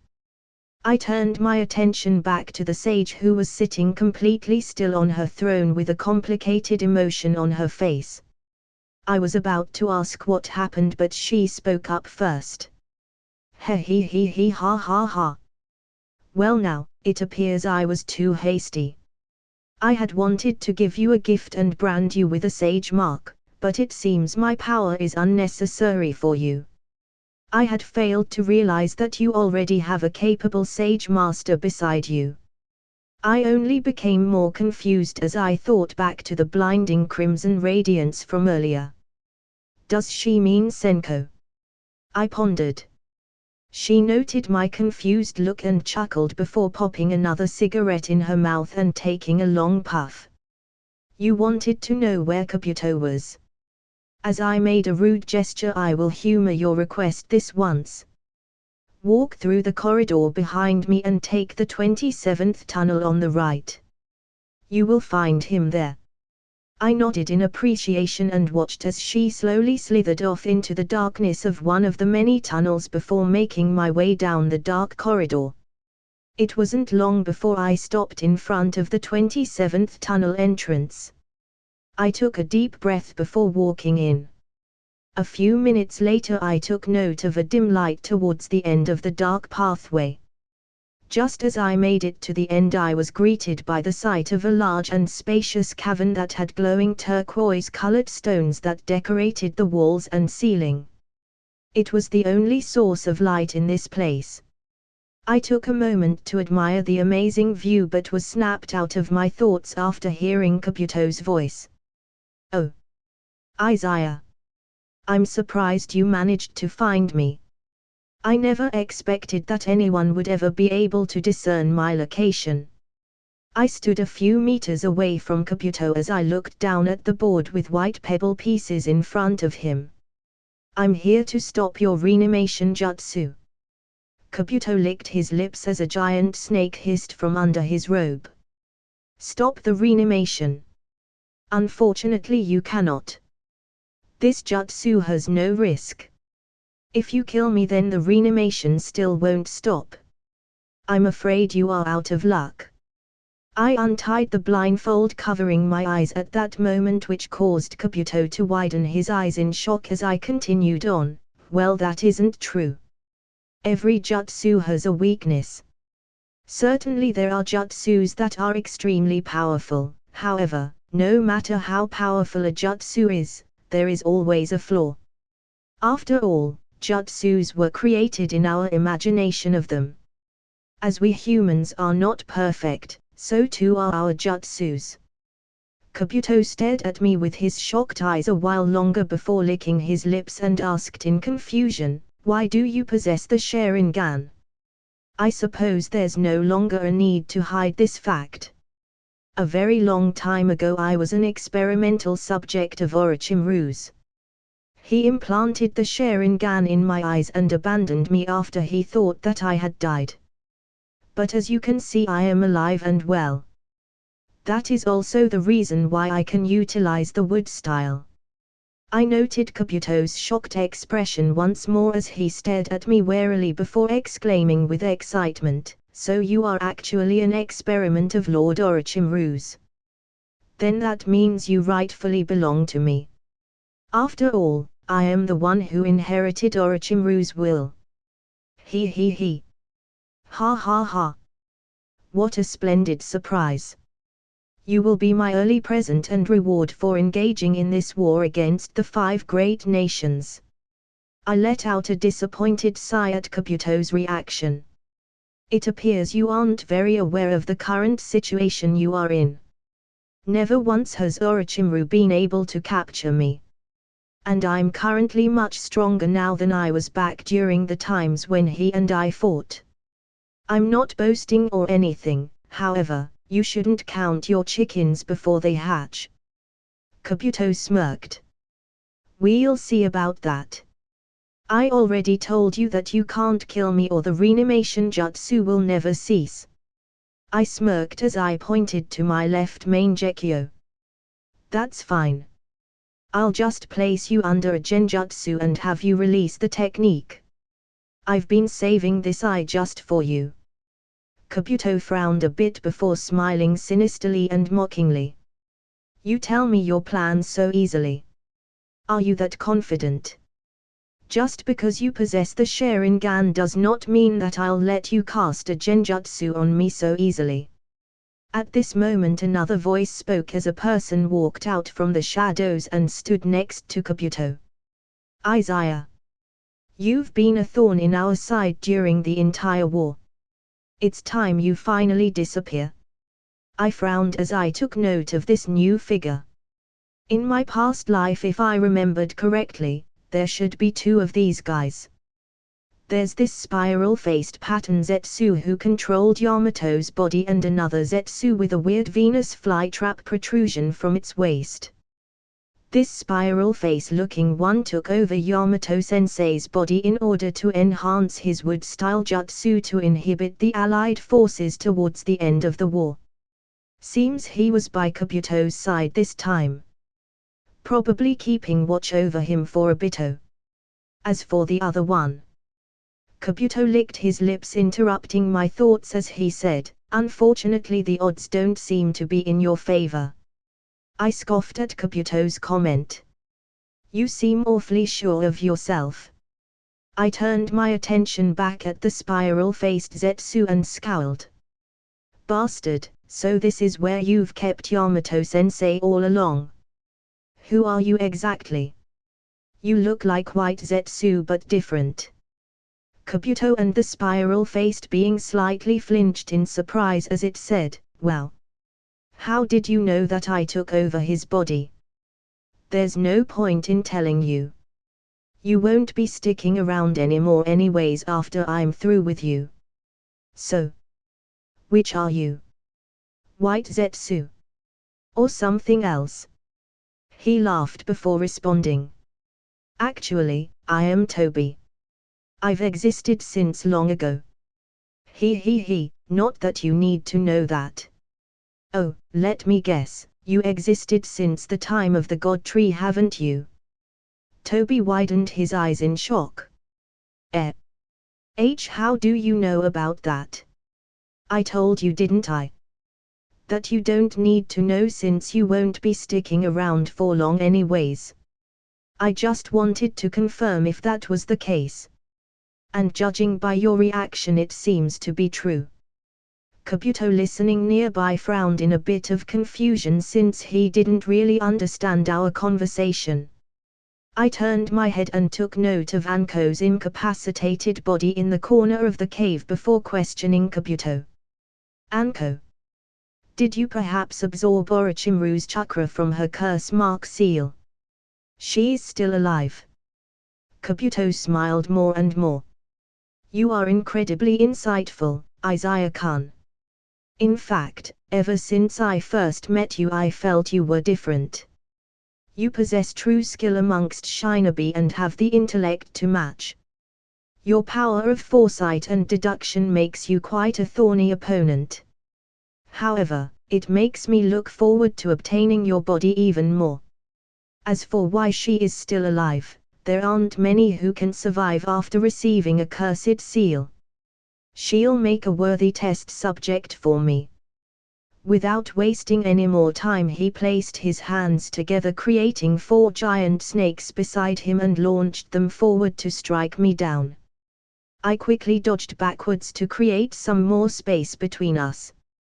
Just as the 4 giant snakes were about to reach me, I activated my Susanoo to grab the 4 snakes in a tight vice grip and created a Taiyugen in my hands. I focused on the Taiyugen, compressing its golden form to half the size it was normally and thrust it outwards, forcing the dense energy to fire at an incredibly high speed akin to that of a golden laser beam, which instantly penetrated the body of one giant snake and caused it to disintegrate. Without stopping the technique, I shifted my palm to direct the thin golden beam into the bodies of the other 3 snakes, turning them all into ashes before cancelling my jutsu. Kabuto looked at me with wariness. So that is the Susanoo, and your other technique? I don't believe I've seen or heard of it before. It's called Taiyugen. In other words, Sun Sphere. It is my own original jutsu. What I used just now was a derivative of that jutsu I call the Taiyugen beam. Kabuto frowned as he noted how dangerous the technique was.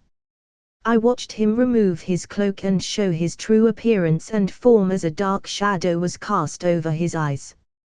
He stood in a battle-ready stance and spoke seriously. Unfortunately, you won't be able to cast genjutsu on me. I have temporarily blinded my eyes, so you won't be able to make eye contact with me. And on top of that, this place is my battleground. I shrugged my shoulders. I can feel and see the power of natural energy running through your body. So you've acquired Sage Mode. I will commend you for that, as not everyone is skilled enough to master such a technique. Kabuto furrowed his brow. Oh. So you know about Sage Mode.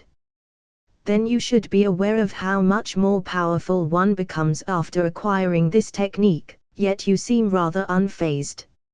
I admit that your Susanoo and that original technique of yours is quite powerful. With both, you probably think that you have an impenetrable defense and an unstoppable offense. However, you are wrong. Your Susanoo is strong indeed, but you can't hide in it forever. And while your offense is strong, you can't use it to kill me, so there's absolutely nothing I need to worry about. I not only have the power of Orochimaru, but even the ability to absorb natural energy from studying Jugo, the power to liquefy my body from studying Sujutsu, and the ability to self-regenerate from studying Karin of the Uzumaki clan. I even absorbed the power of the sound for ninja. Ha ha ha. You should just come with me quietly and accept your fate. I ignored Kabuto's remark as I quickly dodged to my left and performed a backflip, dodging two giant wood tendrils that erupted from underneath the ground. Toby chimed in as he said, "You haven't forgotten about me now, have you?" I clicked my tongue in annoyance and placed my hands together, creating wood tendrils of my own, intercepting Toby's wood techniques. Toby laughed and placed his hands together, shouting, "Wood style, Kanzeon Lotus King." Boom! The ground shook as a large and giant wooden Buddha with 100 hands behind it stuck out with an imposing manner. I frowned and quickly threw out a special kunai, activating the kunai shadow clone jutsu.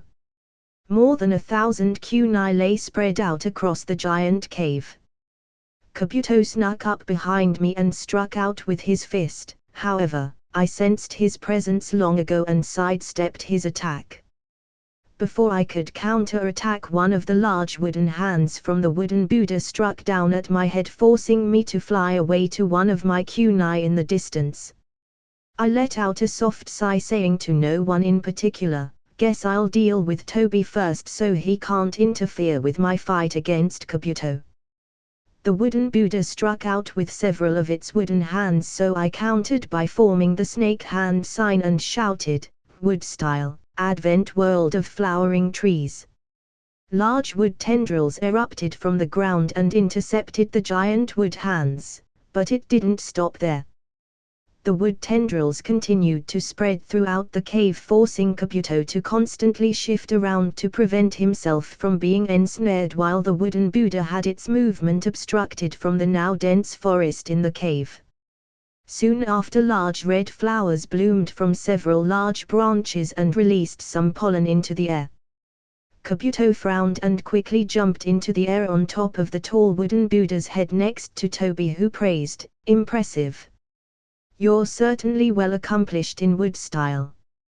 Yamato and myself can't perform jutsu of that scale on our own. If we inhale the pollen, it'll incapacitate us." Two of the 5 wooden faces at the very top of the wood Buddha's main head opened their mouth and spewed out a powerful fire and wind combo ninjutsu, destroying the pollen and flowers from my jutsu. Then all 5 wooden faces opened their mouths right after, spewing out a combination of fire, wind, water, lightning, and earth ninjutsu all at once. I quickly placed my hand on the ground, shouting, "Summoning jutsu, quintuple Rashomon." 5 giant monstrous gates appeared and intercepted the 5 nature techniques. I then activated my Susanoo and drew the blue and black colored katana, Maze Immune, from its sheath and swung the blade right through the Rashomon gates. The blade phased right through the gates as if the gates were non-existent. The blade extended itself, becoming longer and longer before reaching the giant wooden Buddha, and slashed right through the 5 wooden faces atop the wooden Buddha's head. Toby and Kabuto both had expressions of shock and confusion on their faces as they witnessed what just happened. All they could see was a giant blue and black blade slash right through the Rashomon gates without causing any damage and arrive before the wooden faces, slashing them apart. As they remained shocked, the Rashomon gates disappeared in a puff of smoke, revealing me safely inside my dark, shadowy and black-colored Susanoo, holding Maze Immune in its hand. Toby narrowed his eyes and said, "What did you do just now?" I simply ignored his question and slashed out once more with Maze Immune. Toby quickly tried to counter by having his wooden Buddha thrust out with many of its wooden hands. Bang! A loud sound rang throughout the cave from the force of the collision. Kabuto quickly weaved his hand signs and shouted, "Sage Art, Water Style Great Waterfall Jutsu." A powerful torrent of water rushed out towards my body. However, I quickly had my Susanoo turn the blade of Maze Immune onto the flat edge and intercepted Kabuto's attack. His powerful jutsu struck the flat of Maze Immune and was immediately reflected straight towards the giant wooden Buddha. "What?" Toby and Kabuto exclaimed in shock at the same time. They both jumped off the Buddha's head in opposite directions as the reflected water jutsu crashed right into it. I stared straight at the wooden Buddha with my right Mangekyo and incinerated it with Amaterasu. Just as Toby landed on the ground, I disappeared and flew to a Q9 near his position. Toby widened his eyes in alarm and realized his mistake as he proceeded to curse aloud. Fu! Before he could finish his sentence, I struck his neck, bashing him into several large wooden branches before ensnaring him with a wooden snake, causing his chakra to become chaotic, preventing him from being able to mold any into jutsus. I arrived before him once more and formed the hand signs of snake, ram, hare, dog, and snake. Wood style, wood dragon jutsu. The ground beneath Toby trembled as a large wooden dragon with golden eyes wrapped itself around him along with the wooden snake and bound him tightly while absorbing his chakra. Toby struggled to free himself, but to no avail. He stared at me and cursed, "Damn you! Ah, release me!" I shook my head at his futile attempts. "You won't be able to escape me. The wood snake will prevent you from molding your chakra and the wood dragon will drain you of your chakra. Soon you won't have the strength to hold on to Yamato-sensei's body, so just sit tight. I can't have you interfering with my battle against Kabuto." After confirming that he truly couldn't move anymore, I dashed over to where Kabuto was, who stared at me very warily. "Impressive. I never imagined that you would have mastered the wood style to this extent. Furthermore, I never imagined that you also have the ability of Amaterasu. On top of all that, the blade of your Susanoo is very peculiar. I pride myself at collecting data and information. I have information on you as well, however, I must admit that the data I have on you seems to be completely obsolete. You're much more powerful than I had originally thought. Tell me, how exactly did you do all of that with your Susanoo? I'm very intrigued." I formed the hand of my Susanoo and had it hold Masamune in its hand as I took a moment to marvel at this spirit weapon of mine before responding to Kabuto. "This blade of mine is known as Masamune. Even I didn't imagine I would ever come by a weapon as unique as this one. It has the power to reflect all things that come into contact with the flat edge of the blade.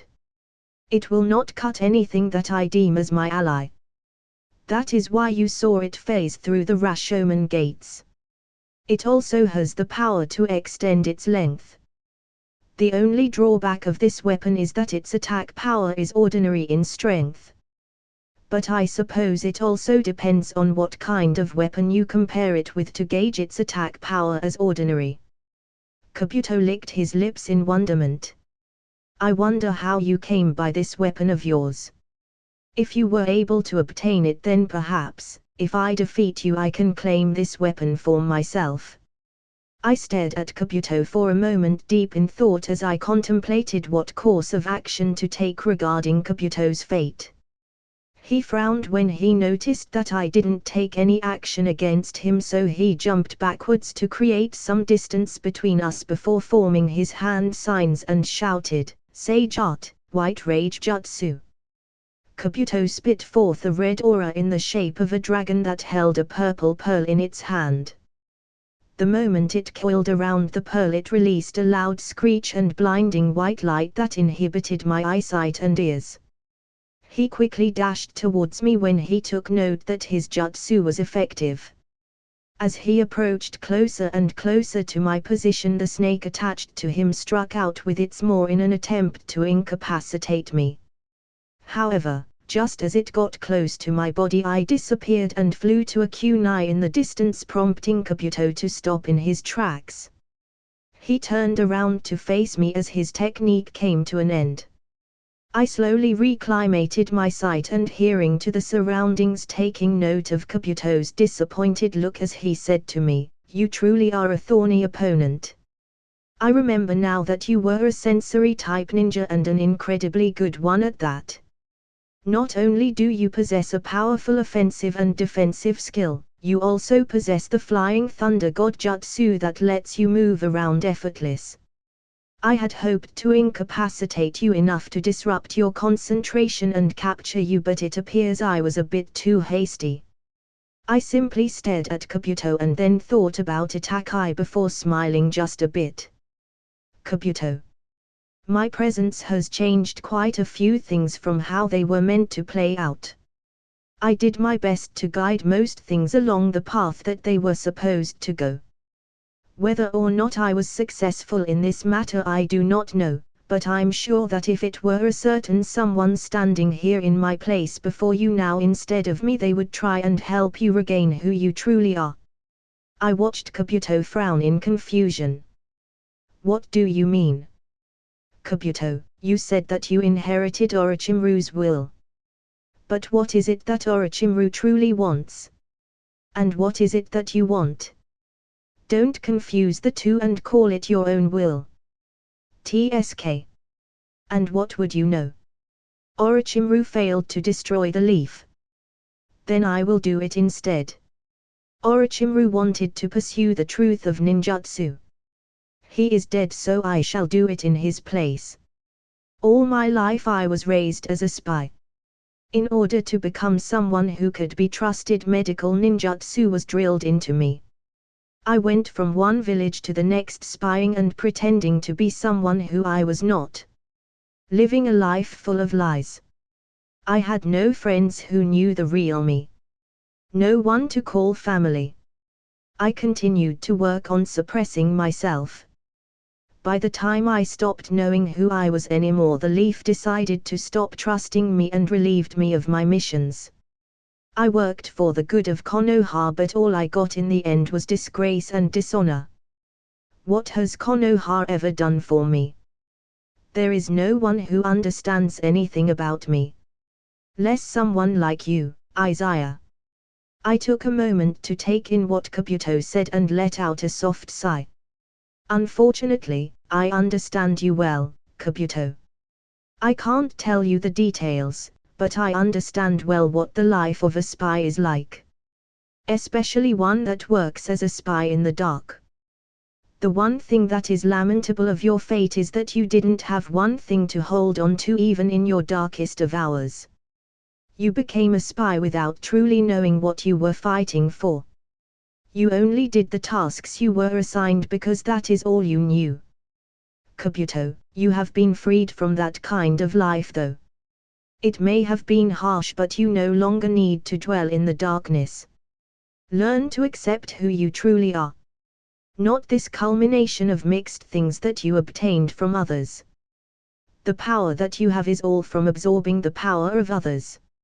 Orochimaru, Sujutsu, the unique ability to absorb natural energy of Jago's clan, the power of regeneration from Karen, and even the abilities of the Sound Four.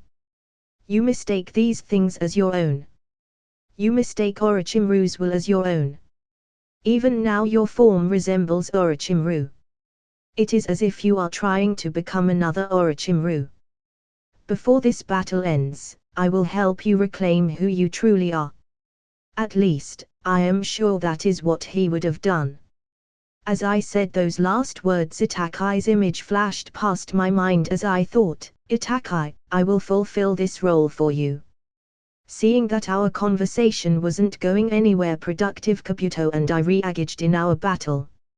I dashed around the giant cavern that was currently filled with giant tree branches and sharp stalagmites as I dodged one attack after another from Kabuto.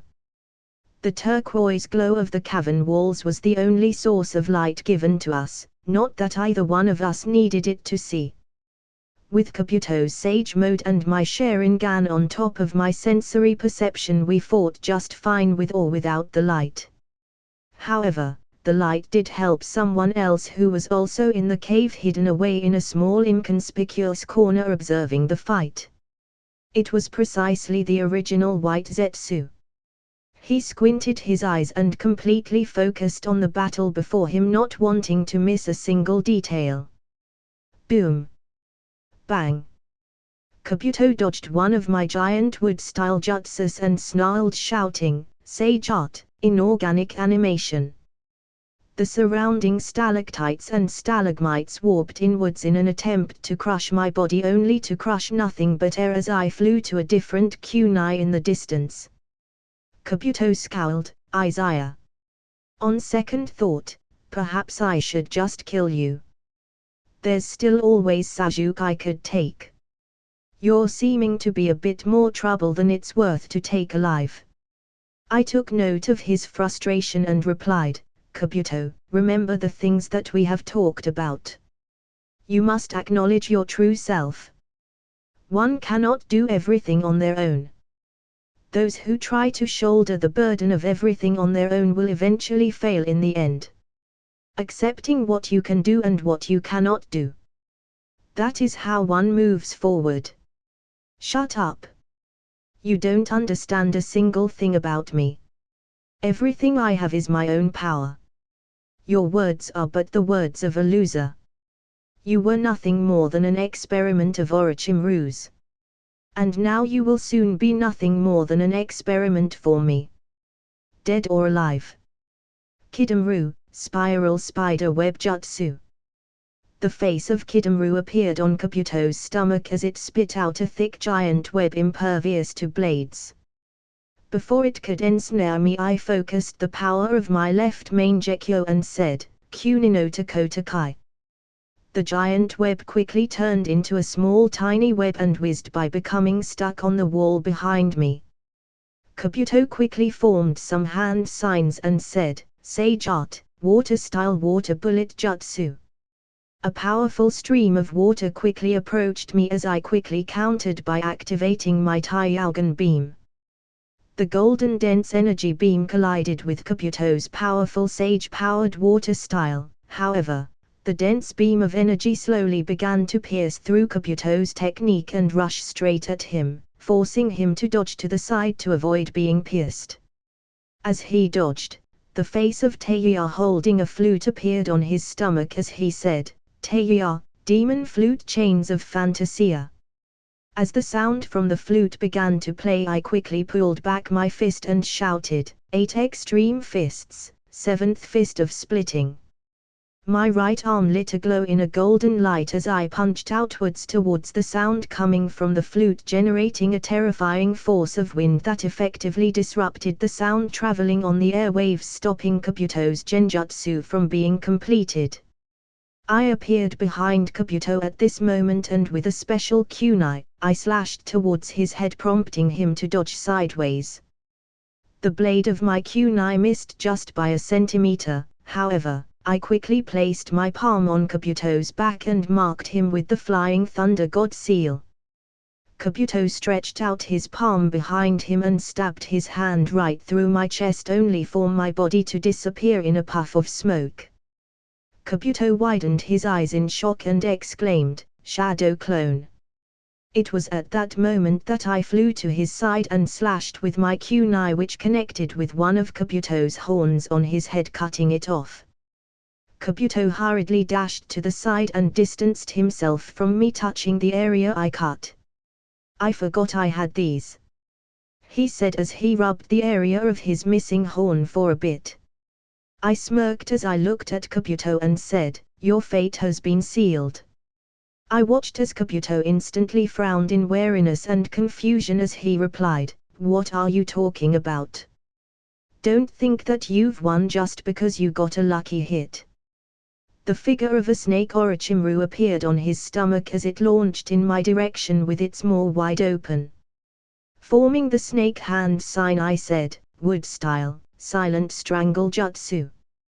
Thick branches of wood vines erupted from the ground and ensnared Kabuto's attack, holding it in place.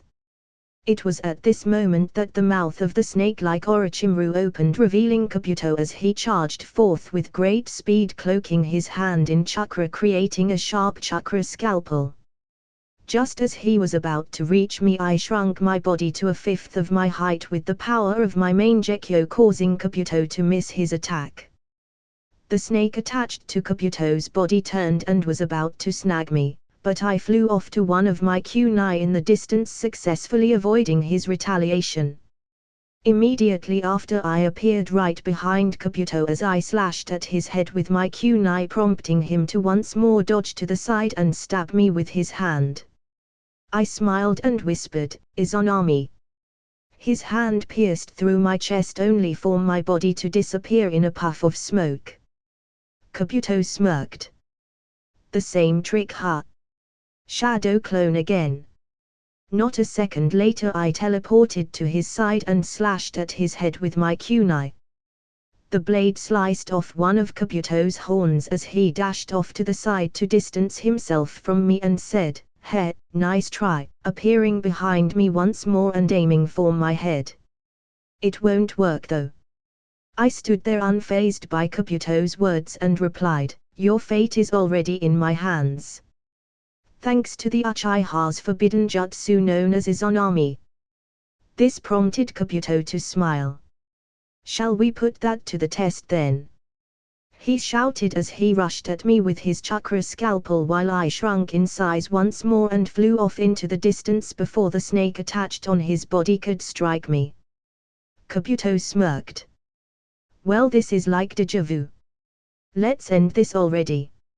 I shook my head. "Your fate is in my hands now, but you are the one who can decide it and choose how that fate shapes your destiny. Remember what I've told you. And think hard about it. Acknowledge who you are, Kabuto. Accept who you are. Forgive yourself for the things you couldn't do. Rise above the darkness that is your past." Kabuto scowled and shot forth the snake-like Orochimaru on his stomach at me once more as I stopped it with the wood-style, silent strangle jutsu. Once again Kabuto emerged from its mouth and rushed at me with his chakra scalpel, forcing me to shrink my size with the power of my left mangekyo to avoid being hit and disappear into the distance before the snake attached to his body could snag me. I then appeared behind Kabuto and slashed with my kunai once again as Kabuto destroyed my shadow clone. The real me flew to his location right after and successfully cut off his horn as he dashed away. It was at this moment that Kabuto realized something was wrong as he rubbed the spot on his head where his horn should have been cut off already. While Kabuto struggled to make sense of what was happening, I stood in front of his true unmoving body as my left Sharingan went completely blind. It's done. Kabuto will be stuck in the Izanami until he learns to acknowledge his true self and step out from the darkness. Itakai, I deprived your role from you, so it is only right that I step forth and fulfill that which you couldn't do yourself. I smirked as I took note of the original white Zetsu far off in the shadows of the cave. Just as I took note of him trying to slip away, I weaved some hand signs and said, "Wood style, wood dragon jutsu." The ground and cave walls shook as a scream of shock from Zetsu could be heard. "Ah! Impossible!" Whoosh! The wooden dragon held Zetsu in its mouth as it brought him over next to me.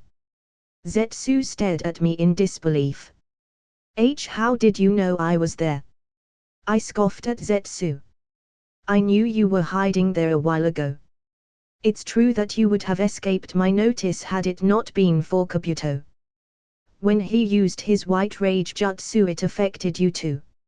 It hindered your ability to hide your presence for a short moment, which I picked up on. Since then I've been monitoring your position." Zetsu had a look of fear in his eyes as he lay unmoving in the wood dragon's mouth. I tapped his shoulder and created a wood snake to also ensnare him, preventing Zetsu from molding any chakra for extra precaution. I took a sweep of the surrounding area with my senses and noticed that Yamato-sensei was finally separated from Tobi's body and that Anko was safely wrapped away in one of my wood-style tree branches. Letting out a sigh of relief, I turned my attention back to Kabuto and gently placed my hand on his eyelids. I lifted them up and exposed his eyes to my right mangekyo. Sharingan, Genjutsu. After looking through Kabuto's memories, I controlled his body to form the signs of rat, ox, monkey, tiger, dragon, and boar to release the reanimation jutsu. The instant Kabuto formed the last hand sign, a slight breeze filled the entire cave as his connection with all the reanimated shinobi in the world was severed, releasing their ties to the material plane. I smiled in relief as all the reanimated shinobi would finally be able to return to the Pure Land. Zetsu snarled and cursed at me, but I ignored him and sat down, taking out a red scroll. Guess it's now time to make use of Shui's second eye. Puff. A clear liquid jar holding a Sharingan inside appeared from the scroll in the next second. It was also at this moment that I heard Senko's voice. So, finally going to replace that eye of yours? I'll lend you some power to evolve it into the eternal Mangekyo, since your body can't handle doing it on its own. It took almost 2 months last time before your right eye adjusted. But should be pretty quick this time, since your right eye already went through the process. I'll go back to sleep right after. I let out a defeated sigh at Senko's remark. Senko just comes and goes as he pleases, doesn't he? I removed my blinded left eye and replaced it with Shui's. Once again a familiar burning sensation coursed through my head as a bright crimson light erupted in the area before disappearing. Zetsu widened his eyes in shock. What the hell was that? I ignored Zetsu and put my blindfold back on, giving my left eye some time to transform. Doesn't seem like it'll take long. Probably about an hour or two before my left eye adjusts. I took a moment to sense how the flow of the war was going, however, my face paled at what I was sensing. What? Why is Tsunade, Naruto, and Sasuke's life force so weak? Why can't I sense Hiruzen-sensei's chakra? Or the Reikage and Sushikage? The next instant I felt a massive wave of power from the direction of the battlefield and shuddered. This is Madara. He's alive. Oh no, don't tell me he was actually able to extract the 8 and 9 tails.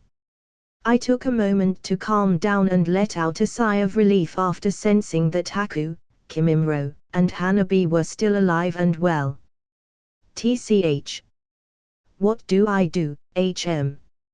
I turned my head to look in the dark corner of the cave as I sensed a being watching from the shadows. Come out. I know you're there.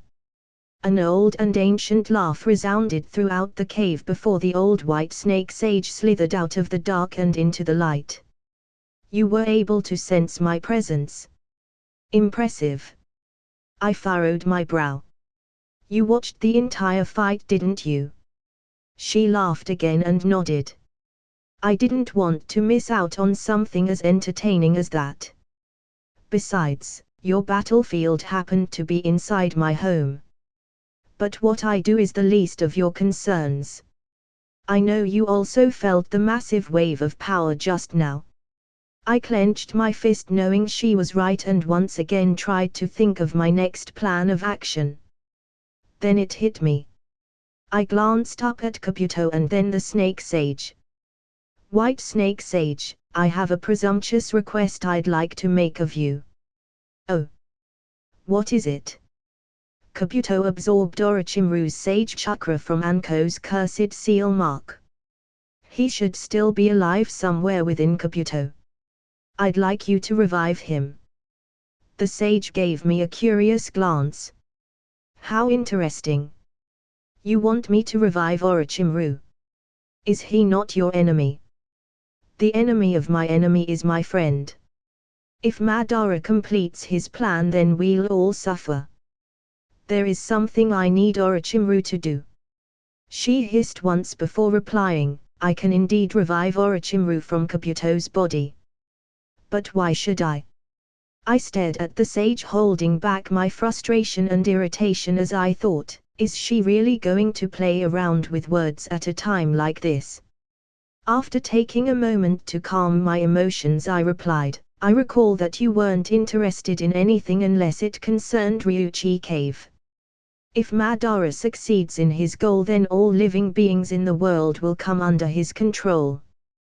That includes all those of Ryuchi Cave. I plan to stop Madara. To do that I need Orochimaru's help. And to revive Orochimaru I need your help. The sage laughed amusedly before agreeing. Very well. You're a very interesting person, Karasuma Izaya. Then I will revive Orochimaru for you. I watched as her tail stuck onto Kabuto's body and released her powerful sage chakra into him, which resonated with Orochimaru's sage chakra. In the next few seconds that followed, a large white snake protruded out from Kabuto's shoulder and opened its large maw, revealing a slimy Orochimaru as he crawled out of it. Orochimaru slowly stood up and looked at me while laughing. He. Ha ha ha. To think that all this time you were one of my original experiments, Izaya-kun. Ha ha ha ha. Not only that, but you were also the one to facilitate my return into the world. He licked his lips before calming down his emotions. You've gotten quite strong, Izaya-kun. It appears I no longer have the strength to pose any threat to you. So, why have you facilitated my return? I took a moment to take in Orochimaru's revived form before turning to the white snake sage. Thank you for your help. She nodded. I have done my part and shall take my leave. You let me witness quite an interesting battle, youngster. Now go on and stop Madara. Just before she slithered away, she paused momentarily and said, Orochimaru. If I were you, I'd be careful of this one. Orochimaru chuckled to himself. Of course. He's much stronger than me now. Besides, after dying and witnessing everything that has happened through Anko and Kabuto, I have no desire to act so recklessly. So, Izaya-kun, what was it that you needed me for? Orochimaru. I need you to revive the fourth Hokage. He frowned at my words. The fourth. And how do you propose I do that? I have tried in the past, however, it failed. That's because you don't know about the Reaper Death Seal Jutsu of the Uzumaki clan. Reaper Death Seal. What is that? It is a powerful Fuin Jutsu that was developed by the Uzumaki clan. It was the same jutsu that the fourth Hokage used to seal away the Nine Tails when it attacked the leaf all those years ago. Because he was sealed away from using that jutsu, his soul did not reach the Pure Land, hence, you couldn't reanimate him. I need you to release him from the belly of the Reaper and perform the reanimation on him. We need his half of the Nine Tails that he sealed away with him. Orochimaru gave me a complicated and curious gaze. How do you know so much about this? I shrugged my shoulders. Is there a need for me to explain myself to you? You aren't the only one who does their research. He laughed before nodding in agreement. Very well. If you teach me about this Reaper Death Seal Jutsu, then I will revive the fourth. However, I require a sacrifice for the reanimation jutsu. I nodded my head towards Toby and the original White Zetsu. Don't worry. We have 2 suitable sacrifices at the ready. We have to hurry. Things aren't going very well for the Shinobi Alliance at the moment. Time is of the essence. 888. Before the reanimation release. Boom. Baerang. A large plume of smoke and dust rose into the air as the Ten Tails wreaked havoc over the battlefield. Standing atop its head were Obito and Madara. Haku and Kimimaro frowned as they wanted to head over to assist the Shinobi Alliance, the 5 Kage, Naruto, Sasuke, and the others in fighting against the Ten Tails, but they were being held up by Hashirama, Tobirama, and Ashina. Haku scowled. Damn it. If only I could enter Heavenly Sage mode. Kimimro was just as frustrated as he dodged a golden chain strike from Ashina. Damn! His golden chains are incredibly durable and very powerful. If Haku and I get caught in them, then we might not be able to break free. On top of that, the first Hokage is incredibly strong himself even though he isn't at full power. And the second Hokage supporting them and providing cover fire is really annoying. The natural energy in my body is starting to run low. I won't be able to maintain my current state much longer. Guess I'll have to go all out and hope it's enough. Kimimro dodged to his side and avoided another chain strike before doing a backflip to create some distance between himself and Ashina. Just as he landed, he raised up his arm and blocked a kick from Tobirama.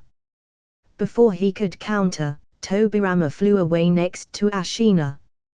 Kimimro focused his breath and shouted, 8 extreme fists, 8th fist of moving.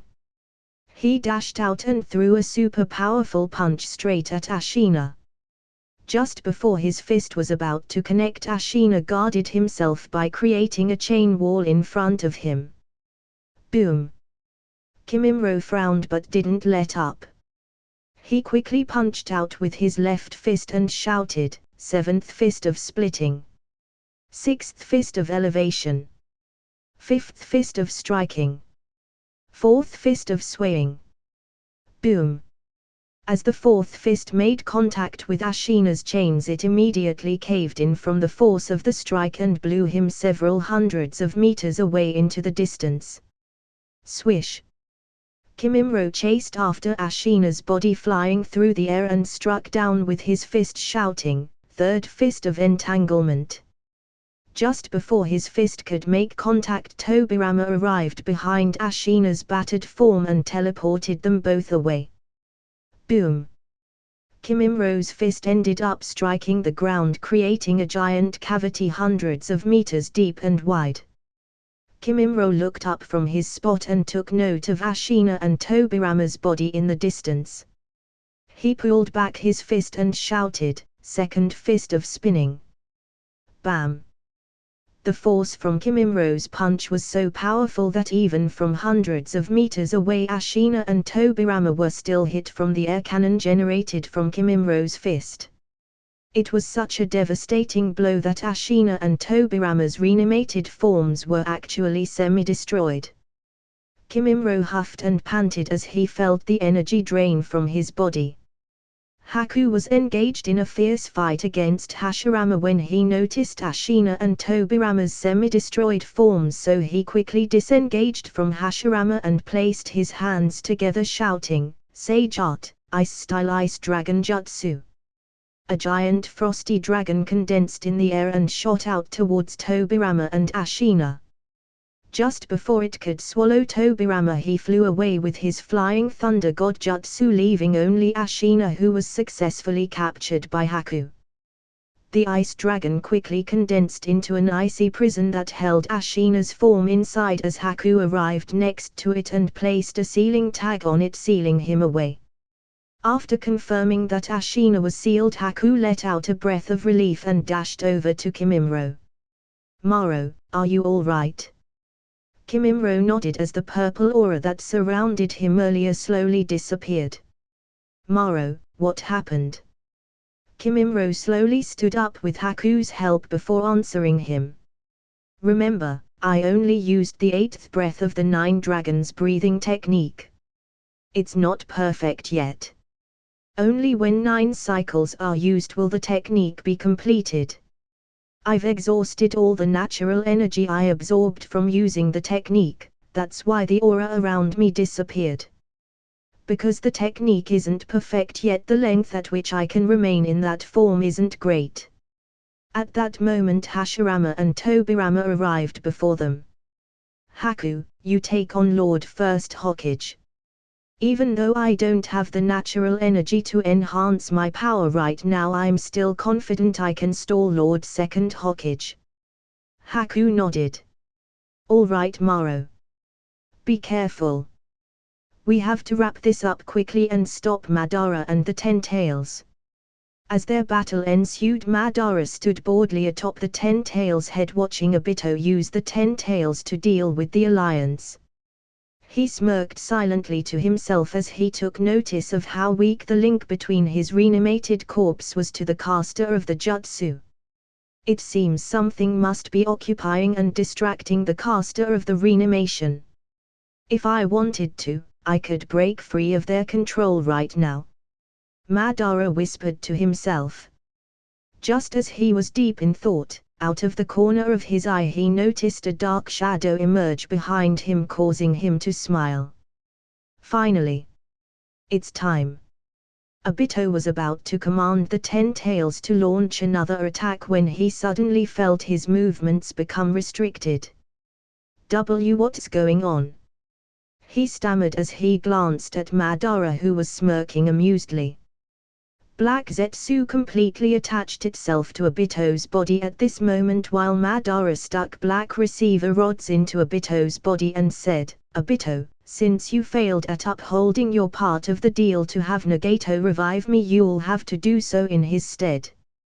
We've played with the alliance long enough. You started the plan haphazardly by prematurely awakening the 10 tails, but you can't even use it to capture the 8 and 9 tails properly. Well, it's fine either way since I'm here. I've grown bored, so I will take over now." Obito struggled to regain control but couldn't, as Black Zetsu and the black receiver rods hindered his movements. "Why, you bastard! Do you really think that I'll let you control my body?" Obito struggled to shout in anger, but in the end he couldn't resist as he was forced to form the hand signs of Ram and Snake, activating the Rin rebirth. "Ah!" Obito screamed as his hair turned completely white.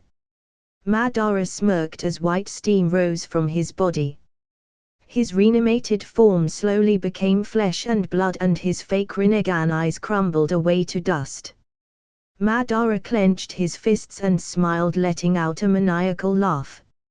"Ha! Ha ha ha ha! Finally! I've returned! Ha ha ha ha! This is it! The feeling of flesh and blood." He stuck out his right hand and gripped Obito's left eye that held his Rinnegan. He then transplanted his Rinnegan back into his own eyes as blood slowly dripped down the side of his face. Everyone became extremely shocked and anxious at what just transpired. Madara controlled the 10 tails to remain still as he walked forwards and said, "Now then. 8 tails. 9 tails. You both had your freedom long enough." Just as Madara dashed towards everyone, Gaara, Tsunade, Onaki, and Hiruzen rushed out to meet him. However, before they could even react, Madara smirked and shouted mockingly, "There's no need to play with you lot anymore. Almighty push!" Boom! All 6 of the Kage were instantly blown away. The alliance members rushed to go lend the Kage some aid right as Madara stuck out his hand at Onaki and shot several black receiver rods straight at him. Kurotsuchi shouted in alarm. "No!" Just before she could reach him, 3 black rods struck Onaki's small body. "Ka!" Onaki groaned in pain as he coughed up blood. Kurotsuchi clutched his small frame and shouted in grief, "Grandfather! No! I lost Dad already, I can't lose you too. You're the 3rd Sashikage. Stay with us. Medic! Get a medic here now. Where's the 5th Hokage?" Onaki smiled and clutched Kurotsuchi's hands, forcing her to look at him. He coughed up some more blood as his eyes grew heavy. "Kurotsuchi! Cough! It's too late for me. The rod has pierced my heart. I can feel that I have no strength left in my body. My chakra feels chaotic." Tears fell from Kurotsuchi's face as she stared at Onaki's small and frail body. "Grandfather, you can't die." Onaki smiled at her. "Ha ha ha! Of course I can. I am already so old. My time was coming sooner or later. I'm glad that in my last year as the Sashikage I have come to no longer forsake myself. I chose to believe in us shinobi and fought for something greater than just our own village's benefit.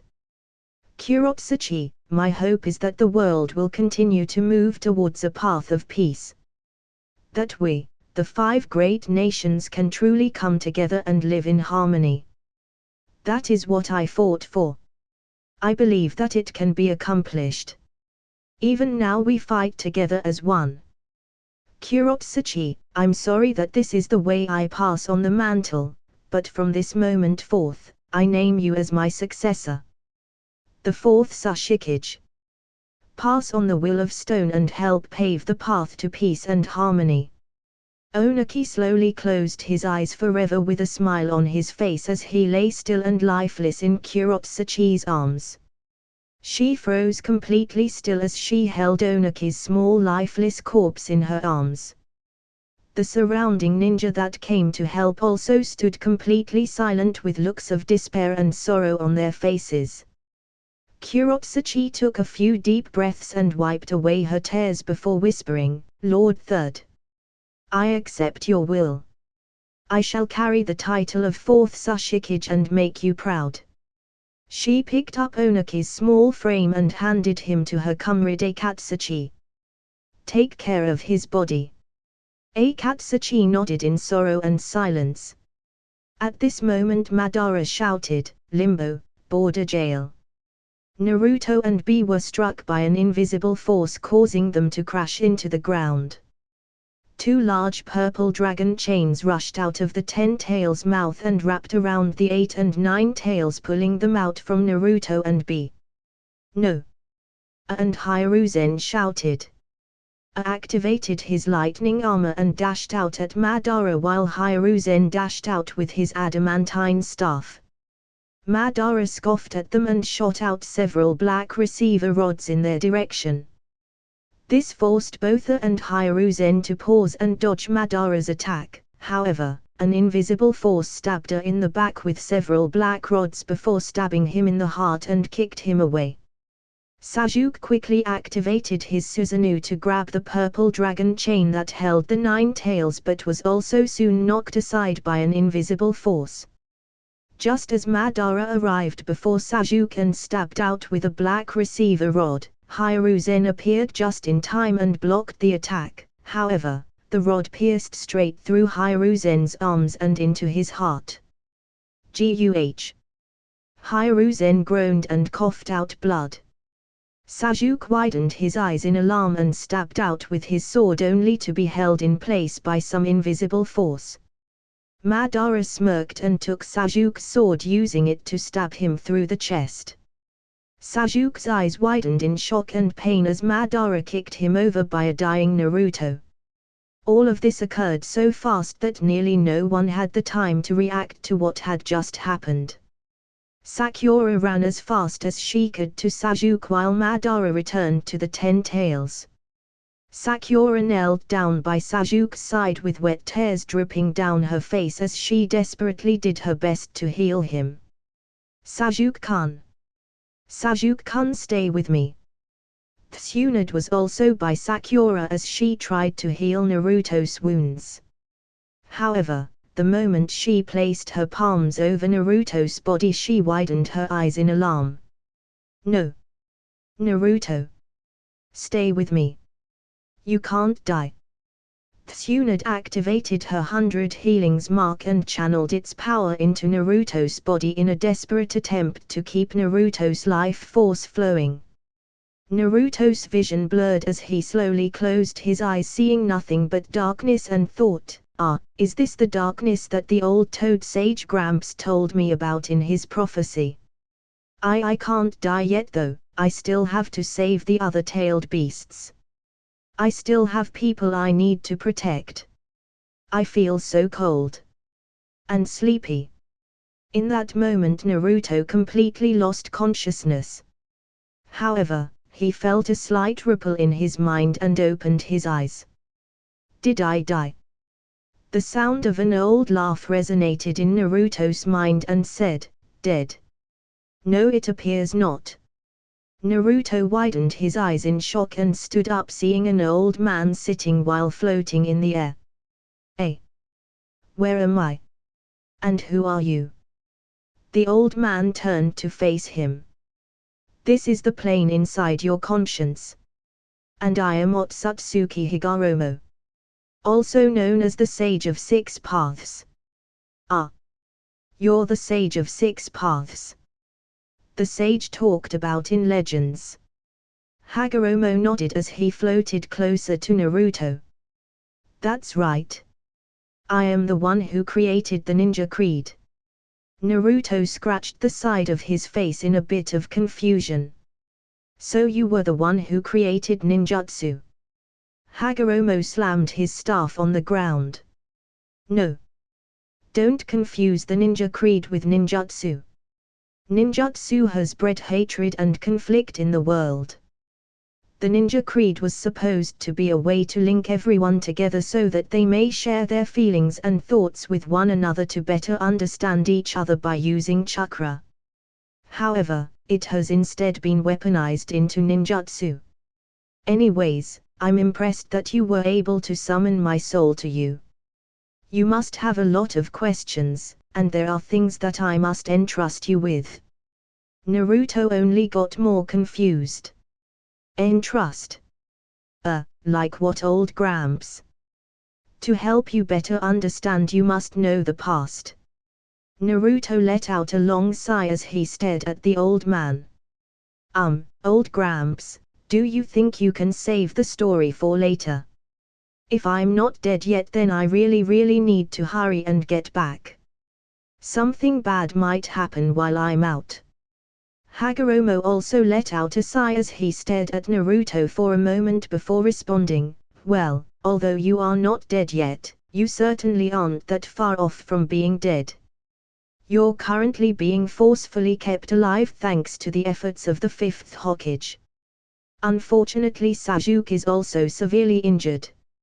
Your friend Sakura is currently healing his wounds. Until then, you might as well listen to what I have to say.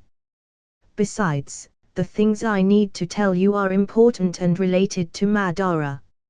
Naruto's expression turned serious after hearing what Hagoromo said, so he simply nodded. "All right, old Gramps. I'll listen." Hagoromo nodded his head and began.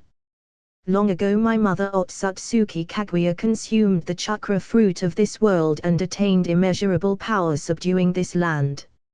She ruled by force and power, and that power began to consume her. People began to fear her, and she eventually came to be known as the Rabbit Goddess Demon. She later gave birth to 2 sons. My brother Hamura and myself. In the past, Kaguya abused her power using the power of the God Tree and sent people to their deaths as sacrifices to it. To atone for the sins of our mother, my brother and I fought her and the 10 Tails, the incarnation of the God Tree. After a long and arduous battle, we succeeded in sealing the 10 Tails inside of me and defeated Mother. Years later, I was blessed with 2 sons. The elder named Indra and the younger named Asura. Indra inherited my powerful chakra, but Asura did not. Indra was exceptional and a prodigy, while Asura struggled and had to work much harder to obtain the achievements he did. Indra and Asura walked different paths in life. Indra possessed strong visual prowess and perceived that power could achieve anything. On the other hand, nothing ever went well for Asura. In order to obtain the same power as his older brother, he needed the cooperation of others in addition to his own effort. He came to understand that he was able to become strong from the help he received of the others around him. From the way the younger brother lived his life, I caught a glimpse of new possibilities for the direction the world could evolve and mature, and so I named him as my successor. He would be the one to lead and be the guardian of the ninja creed. However, Indra did not accept my decision and a conflict ensued. Even after their flesh perished, the chakra that each of them honed continued to reincarnate over time. You are my son Asura's reincarnation, and Sajuk is my son Indra's reincarnation. The first generation reincarnates were Hasharama as Asura and Madara as Indra. Madara was obsessed with power and stole some of Hasharama's. The power that he stole eventually assimilated into his body and evolved into something similar to my own. It allowed Madara to awaken the Rinnegan. Right now Madara is no longer an incarnate of Indra. He is currently taking possession of the 10 tails and becoming the 10 tails Jinchuriki, obtaining power close to my own. He is even trying to go further and obtain the power of my mother Kaguya. Mother possessed the power of the Sharingan and Bakugan, and she used her visual prowess to cast the infinite Tsukiyomi on the populace. That jutsu will ensnare all living creatures onto the branches of the god tree and place them under a genjutsu. This will allow for the caster of the technique to control everyone ensnared by this jutsu. If all chakra were to be reunited into one again, then a new chakra fruit will bloom. That must be prevented at all costs, or this world will come to an end. Unlike the previous reincarnates, you and Sajuk seem to have chosen a different path. At first Sajuk was just like Indra and sought the path of loneliness and power. And although you tend to be a bit of a fool, you too worked hard and gained power through the help of your comrades. There is also potential in your unpredictableness and perseverance. On top of that, it seems that both you and Sajuk have a good guide to light your path when the road gets dark. Naruto immediately thought of Izaya after hearing what Hagoromo said. Old Gramps, when you say guide, you mean Izaya, right? Hagoromo nodded. Correct. Although I am dead, I have been able to watch the happenings of the world all this time. I have seen how he was able to guide Sajuk out of the darkness and back to the light, and I have seen how he was able to guide you away from being consumed by hatred. Even though he isn't a reincarnation of Asura or Indra, he is almost like a reincarnation of myself. No. He would be even greater than a reincarnation of myself, as I was unable to successfully guide Asura and Indra. I am glad that I could see the day when Asura and Indra's counterparts exist together in harmony rather than stand against each other. Naruto, I must also say that I am impressed by your character. You were able to gain the trust and acknowledgement of all the tailed beasts, just as I was once told. At that moment a voice could be heard. Heh. Old man, you got that right. Shukaku remarked as he appeared within Naruto's conscience. Right after Shukaku appeared, the other 8-tailed beasts appeared as well. Naruto looked all around him and exclaimed in shock, "Eh? What are all of you doing here? How did you get here?" Kurama was the first to answer. Naruto, during our battle against Obito a while back, you received a small portion of chakra from each of the tailed beasts. Even though we've been extracted from you, we are able to connect to your mental plane thanks to the old man sage being here. After all, he was the one who created us. It seems that the 5th Hokage is doing her best to keep you alive. Naruto clenched his fist as he thought of how Tsunade was probably wearing herself out to try and save his own life. Hagoromo smiled and looked at all the tailed beasts as he said, Shukaku, Matatabi, Isabu, Son Goku, Kokyo, Saiken, Chomiya, Chiyuki, and Kurama. It seems the time has come for the child of prophecy to change the world. Naruto, what do you want to do? What do you seek for the aftermath of this war? I would like to hear your honest opinions and thoughts. Naruto remained silent for a moment as many thoughts flitted past his mind before answering. Maybe I am like this Asura guy. But unlike him, I'm not that smart and I don't know about a lot of things. But I do know what friends are. And I want to protect them all. That's it. Hagoromo nodded. I see. Is that your answer then? At this moment inside both Naruto and Sasuke's mental plane they answered at the same time. Yeah. Hagoromo nodded once more as he stared at both Naruto and Sasuke at the same time. In the past I entrusted everything to Asura and cast my attention away from Indra. That proved to be the source of calamity. This time I will share my power with both Indra and Asura's reincarnations. From this point on, Naruto and Sasuke, what you both shall do and what shall transpire will be up to the two of you. Now then, put out your dominant hand. At this moment while Naruto and Sasuke were speaking to Hagoromo inside their mental plane, Tsunade frowned and struggled to keep Naruto alive next to Sakura who was doing her best to save Sasuke's life. Tsunade let out a soft sigh prompting Sakura to glance over at her and said, "Tsunade-sensei." Tsunade hesitated for a moment but ultimately steeled her resolve and said, "Sakura. I am proud of you. You are the greatest student I ever had." Sakura had a bad premonition after hearing what Tsunade said. "Tsunade-sensei, what are you talking about? Why are you telling me this right now?" Tsunade's expression softened and saddened as she continued on. "Sakura, listen to me. This will probably be my final act as Hokage and as your sensei. Just as Jiraiya left everything to Naruto, I leave all of my will, hope, and dreams to you, Sakura. I've no doubt that you will surpass me. In fact, you may have surpassed me already. I'm glad I got to be your teacher. I won't let Naruto die. His condition is worsening. After having the 9 tails extracted from him he'll undoubtedly die without having another tailed beast or some external source of great vitality placed inside to resuscitate him. I never imagined that I would end up using this forbidden jutsu of mine one day." Sakura's entire body trembled as she stared at Tsunade who was hovered over Naruto. "Tsunade-sensei, don't tell me, you..." Tsunade cut Sakura off as she said, "That's right, Sakura. There's only one option left now.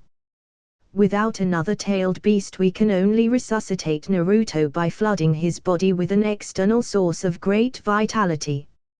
And I know of only one jutsu that can do this. It is my own forbidden jutsu that I created in case for a time just like this. After I'm gone, take care of everyone, Sakura." Sakura's vision blurred as tears streamed down her face. She couldn't bring herself to stop Tsunade from performing this forbidden jutsu because she knew how important Naruto was to everyone. "Tsunade-sensei, I promise, I'll take care of everyone. Thank you, for being my master." Tsunade smiled and said, "Ninja art, strength of 100 healings, final rebirth." The tattoos on Tsunade's body released a bright green light as the tattoos of the 100 healings slowly left her and transferred from her body over to Naruto's. Tsunade's body began to slowly grow old and dry as the transfer was taking place. Zing! It was at this moment that bright columns of white light illuminated the world and stretched to the sky from the release of the reanimation jutsu. A powerful aura swept out across the world as Madara stood where the 10 tails used to be. He laughed hysterically at his success and looked down at his hands, clenching them into a fist that exuded raw power. Several black truth-seeking orbs floated behind him and a black long staff appeared by his side. After taking a moment to observe his new form as the 10 tails Jinchuriki, he looked up to the sky and saw large bright white lights ascending to the heavens. Madara smirked, saying to himself, "Well, now, it appears someone was actually able to stop the caster of the reanimation. Not bad, however, it's too late. I already revived and have become the 10 tails Jinchuriki. It is time to bring peace to this broken world." Just as Madara finished speaking to himself, a large torii gate fell from the sky and landed right on top of him, pinning him to the ground. Soon after, several more large torii gates fell and piled on top, seeking to restrain him, as Hashirama's voice could be heard. "Sage art, gracious deity gates." The next voice to be heard was Ashina's as he shouted, "Adamantine sealing chains." Gold chains erupted from his back as they rushed out to bind Madara's limbs.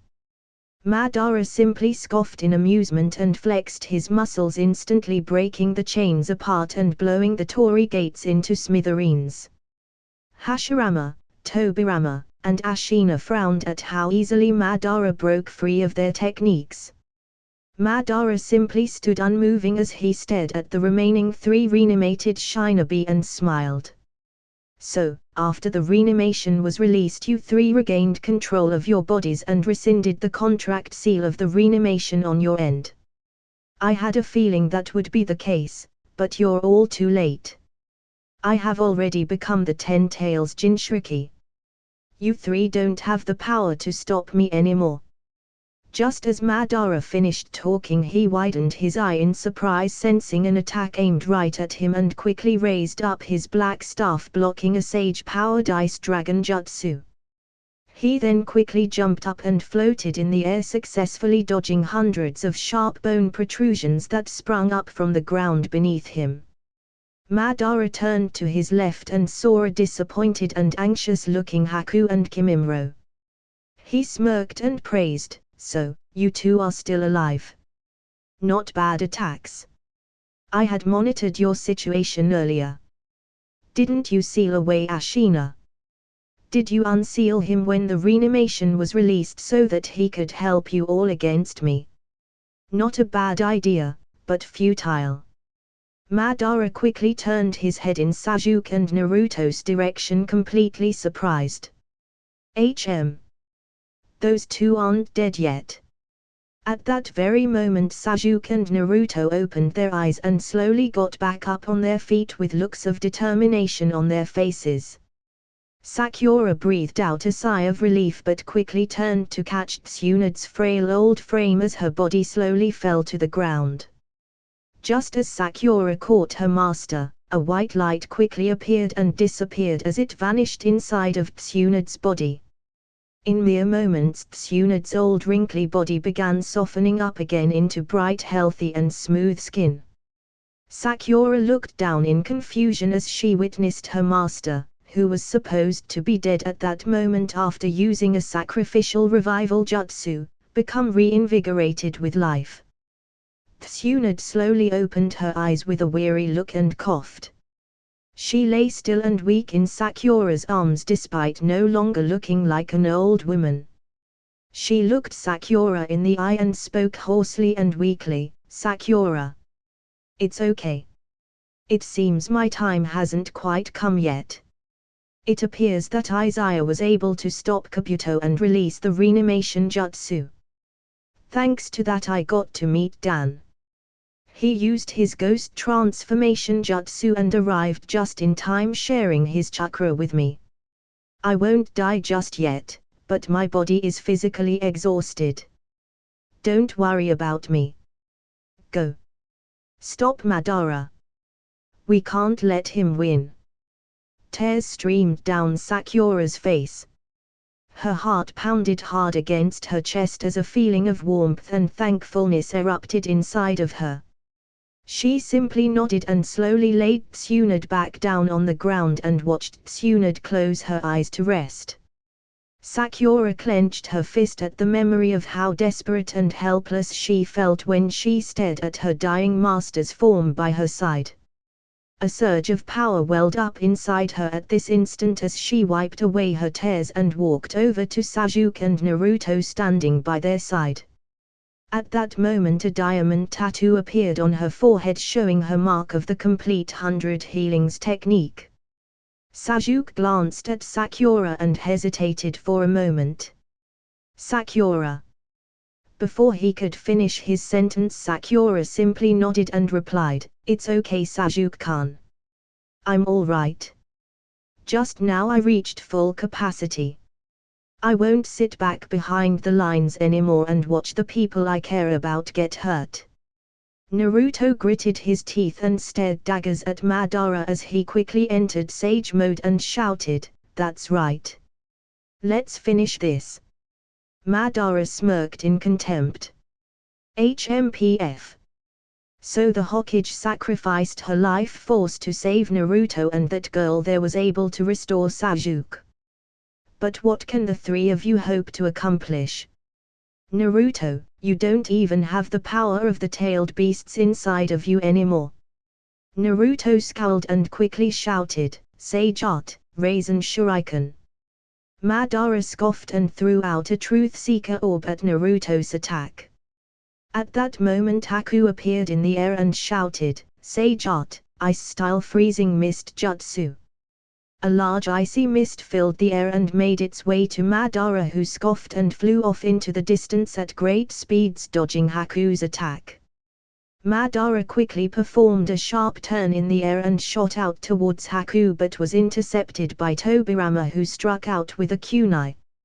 Madara simply swung his staff and broke off Tobirama's right arm before kicking him away. That gave Kimimaro enough time to arrive by Madara's side, shouting, "8 extreme fists, first fist of destruction." Boom! Madara quickly lifted his left arm to block the punch, but the force of the attack was powerful enough to send him flying hundreds of meters, crashing to the ground. Sasuke arrived behind Madara and struck out with his sword-coated Chidori, only for him to strike Madara's limbo shadow. Before Madara could pierce Sasuke's body with his staff, Sasuke stared at a piece of rock with his Rinnegan and switched places with it just in time, causing Madara to widen his eyes in surprise.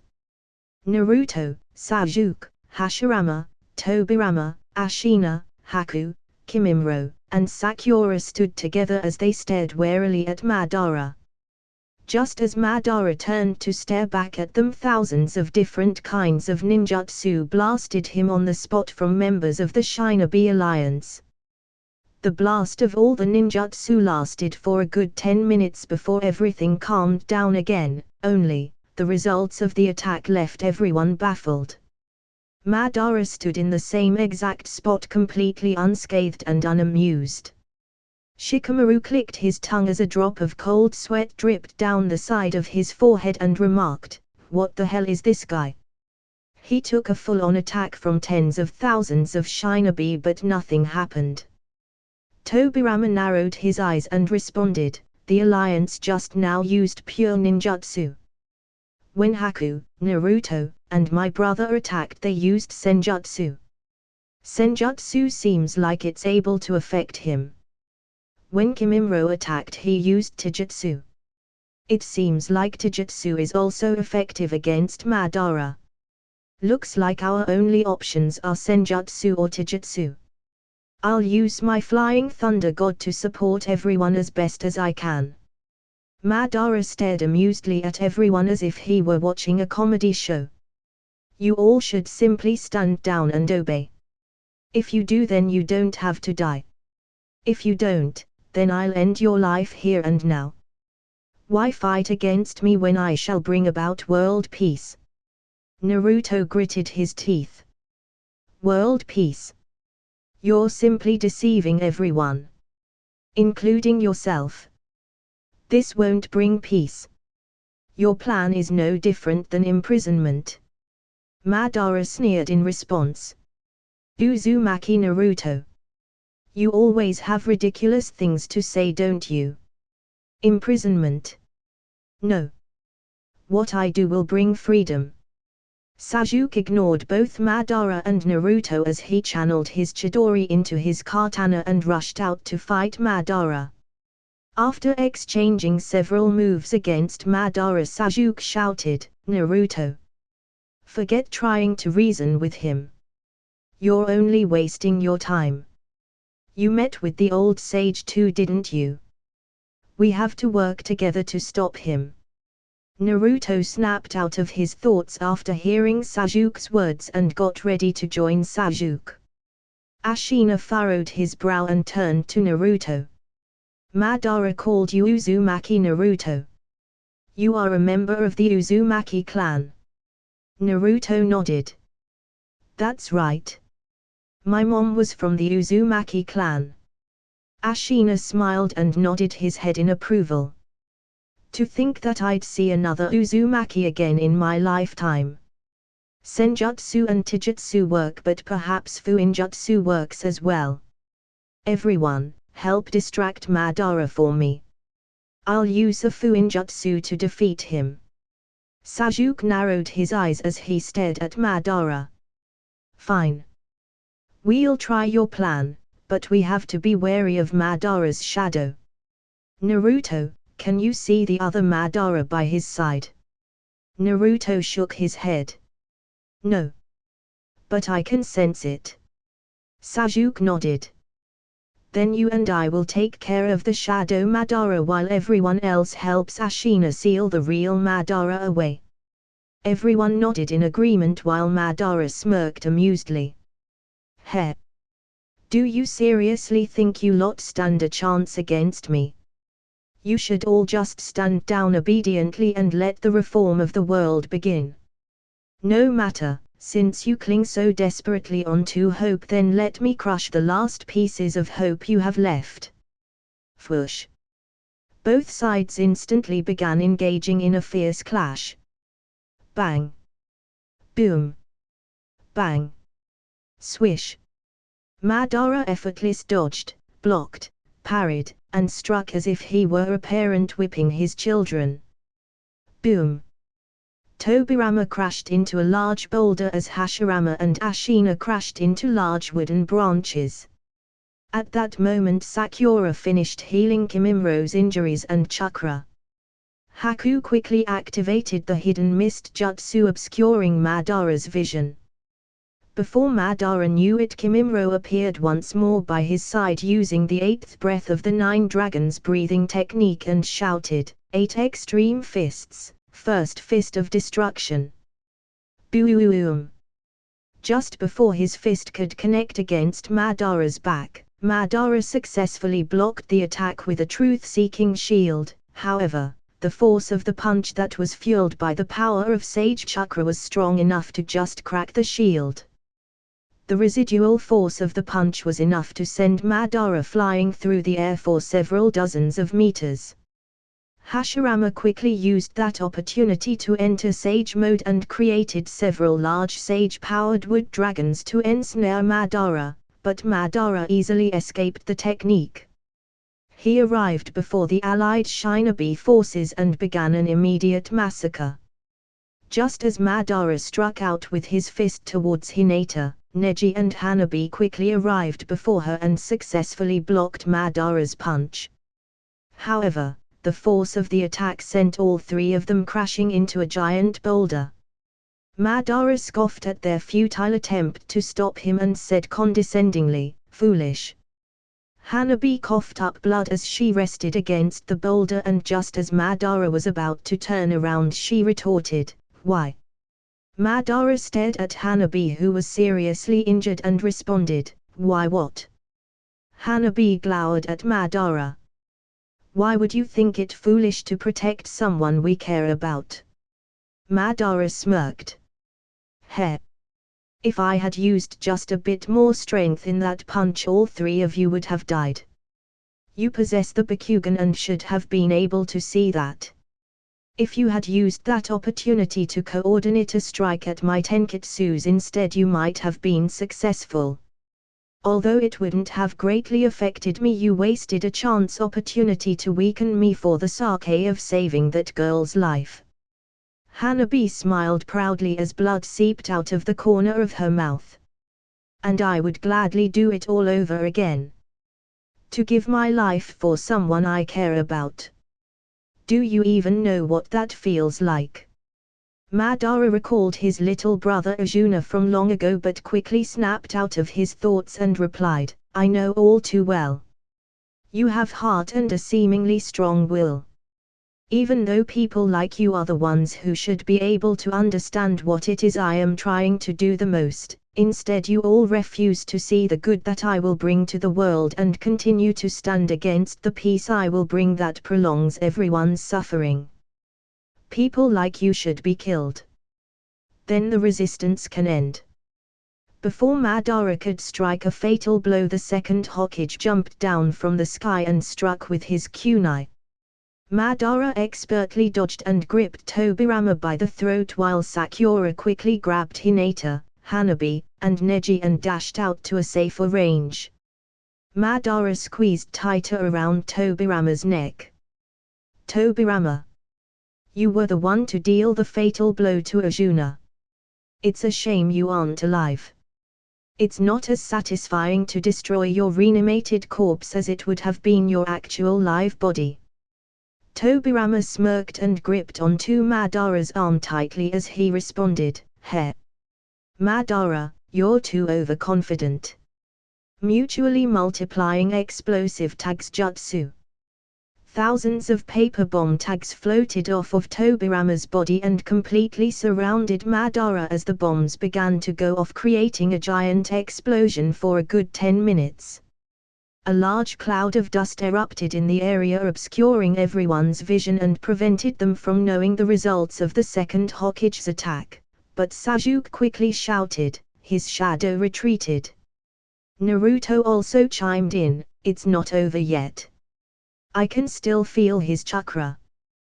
The dense dust cloud began to clear up, revealing Madara, who remained unharmed within the blast radius, whilst Tobirama's reanimated corpse was slowly beginning to reform. Hashirama quickly arrived behind Madara and grappled him in a body lock as he shouted, "Now Ashina." Ashina took that moment of opportunity to weave the signs of snake, boar, ram, hare, dog, rat, bird, horse, and snake. He clapped his hands and shouted, "Sealing Jutsu, Reaper Death Seal." Madara narrowed his eyes after hearing the name of the jutsu Ashina shouted and had his shadow appear before him. However, Sasuke activated the power of his Rinnegan, switching Madara's shadow with his sword just in time as the invisible hand of the Reaper summoned from Ashina's jutsu passed by and sunk its claw right into Madara's chest. Ashina smiled at his success, however, he frowned a second later, noticing that he couldn't pull out Madara's soul. Madara remained unmoved and unfazed while held in Hashirama's body lock as he looked down at his chest where the Reaper's hand was gripping tightly. He smirked and said, "So this is what the Reaper looks like. A fine technique indeed. Unfortunately, Ashina, you do not possess the physical or mental strength to rip out my soul. Your attempt is futile. Still, I commend you for developing a jutsu that could manage to pierce my body and touch my soul.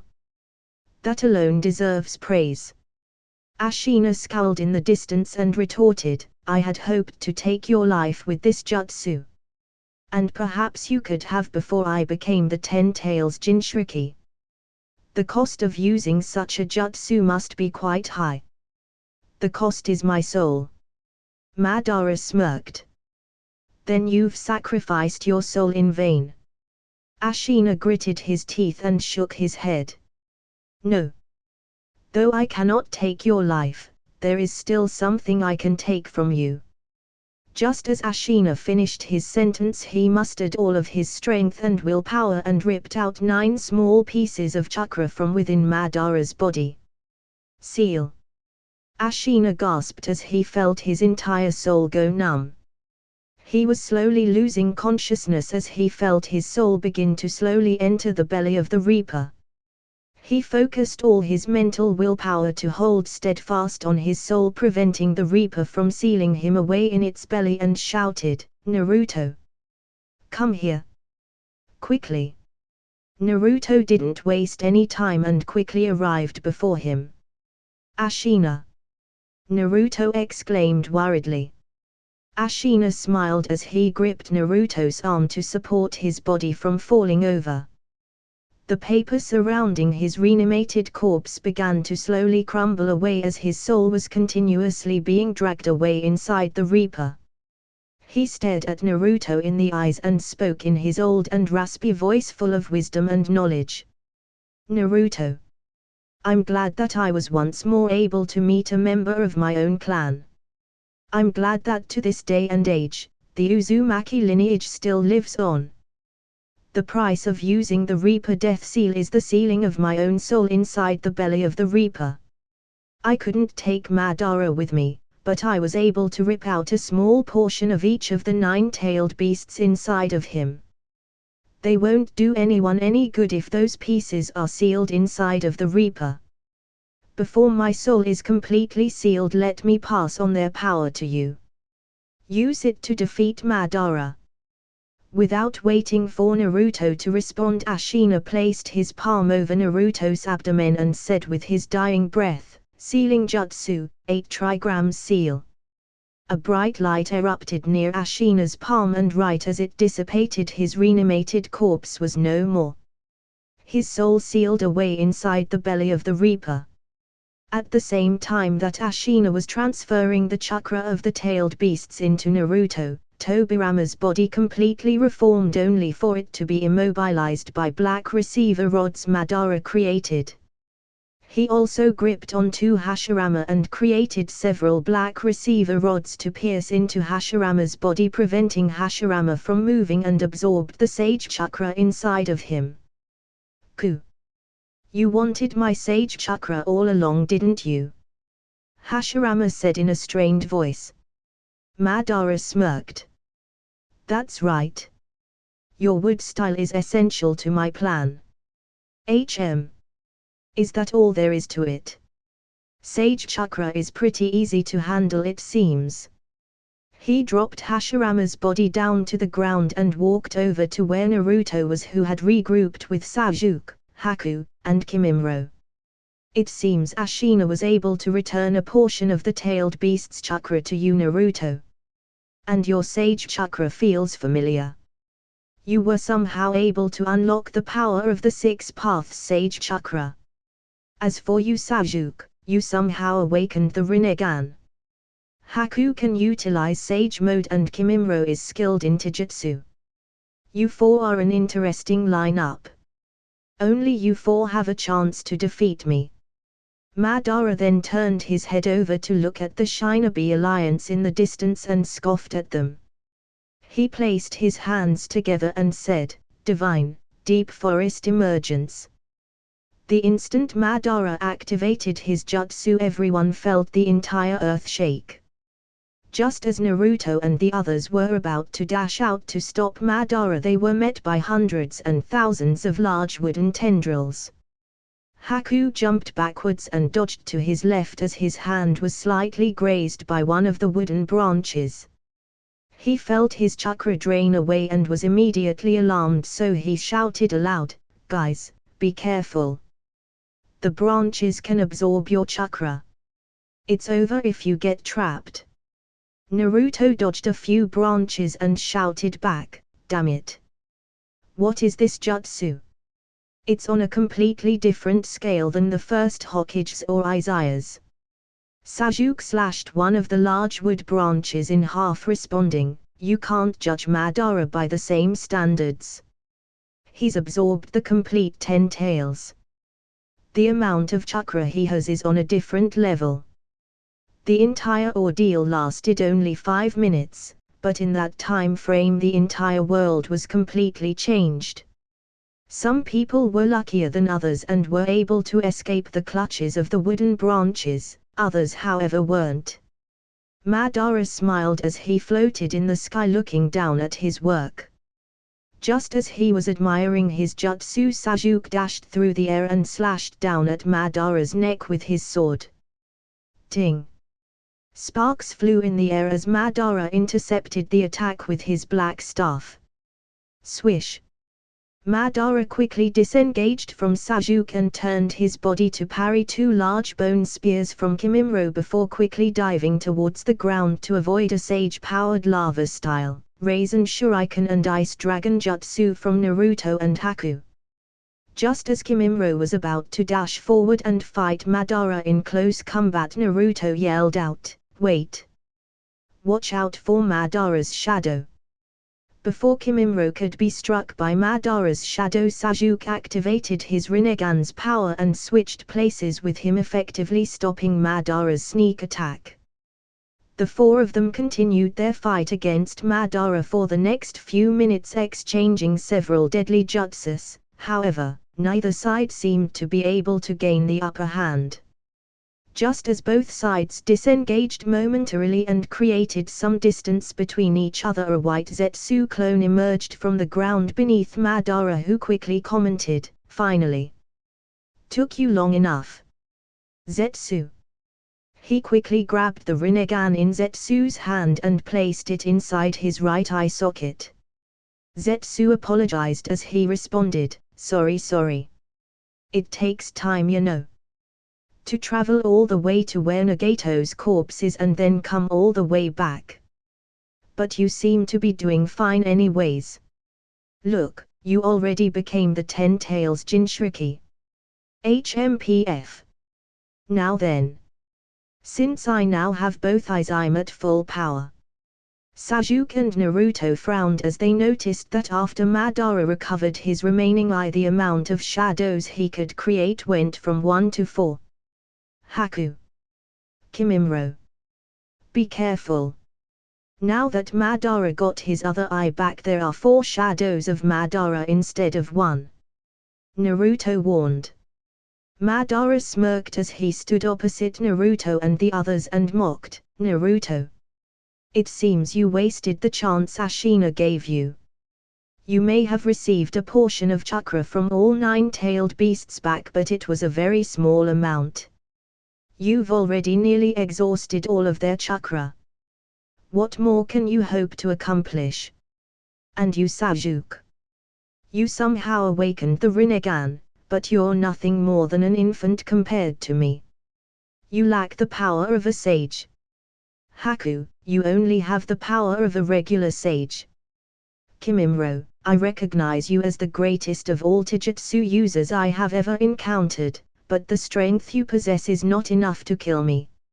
On top of that, you and Haku can't even detect my shadows. The 4 of them frowned as they listened to Madara's comment. They wanted to refute him, but they remained silent since there was a hint of truth to what Madara said. Naruto finally had a chance to take a quick glance around at the newly fashioned terrain from Madara's jutsu and was instantly horrified at what he saw and sensed. What? How could this happen? So many people died. Sasuke frowned and responded, that divine, deep forest emergence jutsu Madara used absorbed chakra from everything it touched. The people who got snatched up in the branches had their chakra drained to death. Haku panicked as he quickly thought, what about Hanabi? Big brother would never forgive himself if anything happened to her. Fwish. At that instant everyone widened their eyes in momentary surprise as 3 figures appeared before them. Haku and Kimimaro were the first to recover from their shock as they both exclaimed, Big brother. Izaya. Naruto stuttered a bit as he stared at the familiar back of the 4th Hokage. Dad. Minato smiled as he turned around to face Naruto. Naruto. I wish it was under different circumstances that we're able to meet like this, but I'm glad we get to meet again. Sasuke stared at Orochimaru and sneered, to think that you're still around after everything that happened. Orochimaru lightly chuckled in response to Sasuke's comment. He. It's been a long time. Sasuke-kun. You've gotten quite strong. To think that you were even able to awaken the Rinnegan. Well, no need to worry. I'm here to assist you all in stopping Madara and put an end to this war. Madara waited for everyone to finish their greetings before taking a good look at the 3 new faces and commented, the Flying Thunder God Jutsu. That must be how you 3 were able to arrive here so quickly and without notice. Let me guess, one of you must be the Shinobi who stopped the reanimation jutsu. Just as Madara finished speaking, I removed my blindfold, revealing both of my eternal Mangekyo Sharingan, and stared warily at Madara, thinking to myself, so he already recovered both of his Rinnegan and activated the divine, deep forest emergence. This isn't looking too great for us. I anxiously scanned the battlefield for Hanabi with my senses. My heart pounding loudly, hoping in all the world that she was okay. I had never been so nervous before about finding out the results of my sense scanning, but at this moment it felt like a mountain was weighing down on my chest. I hoped and prayed with all my being that the result of my sense scanning would show that Hanabi was alive and had escaped Madara's jutsu. B.A. dump. B.A. dump. B.A. dump. B.A. dump. My heart continued to beat hard in my chest, but then a feeling of relief washed over me. I felt Hanabi's presence. She was laying down on the ground beside Hinata, Neji, and Sakura in the distance. I breathed out the breath that I didn't know I was holding, but in the next instant I furrowed my brow as I sensed that Hanabi was injured and had a few broken ribs. I returned my attention to Madara and clenched my fist in anger, forcing myself not to attack him rashly. Before anyone could make a move, I quickly turned to the fourth Hokage and said, "Lord Fourth, please transfer your half of the 9 tails to Naruto." Minato nodded and walked over to Naruto, placing his hand on his abdomen to begin the transfer. I also quickly walked over to everyone and marked them with my Flying Thunder God seal. Madara simply stood still and watched everything play out unconcernedly. Just as Minato finished the transfer and I finished marking everyone with my seal, Madara asked, "Well then? Finished? If so, shall we begin the final battle? The one battle that will decide the fate of the world." Sasuke ignored Madara and quickly chimed in, "Izaya. Only Senjutsu, Taijutsu, or the 6 Paths Chakra work against him. He also has 4 shadows of himself that only Naruto and I can detect. Be careful." I nodded in appreciation for Sasuke's quick summary of Madara's unique abilities and weakness. Of course I had also expected this to be the case from what I could remember of Madara's abilities in my past life. I took a quick sweep of the surrounding area and frowned after I couldn't find who I was looking for. I turned to Orochimaru and Minato to address them. "Orochimaru, since you can't enter Sage mode with your body, you won't be of much help here. There is someone you and Lord Fourth need to search for. Black Zetsu. He has to be around here somewhere. Find him and kill him if you can. He's a hidden danger. I'll stay here and support Sasuke, Naruto, Haku, and Kimimaro with my Flying Thunder God Jutsu."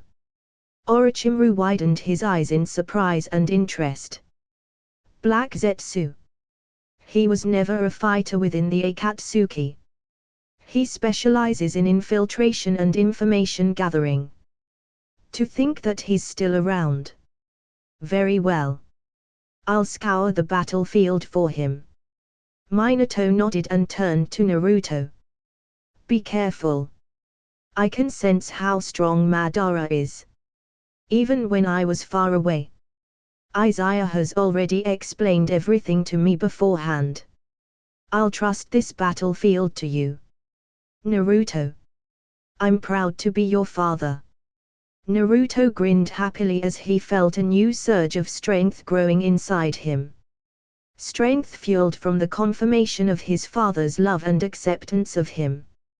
Naruto clenched his fists and immediately activated the power of his 9 Tails Chakra cloak along with his 6th Paths Chakra.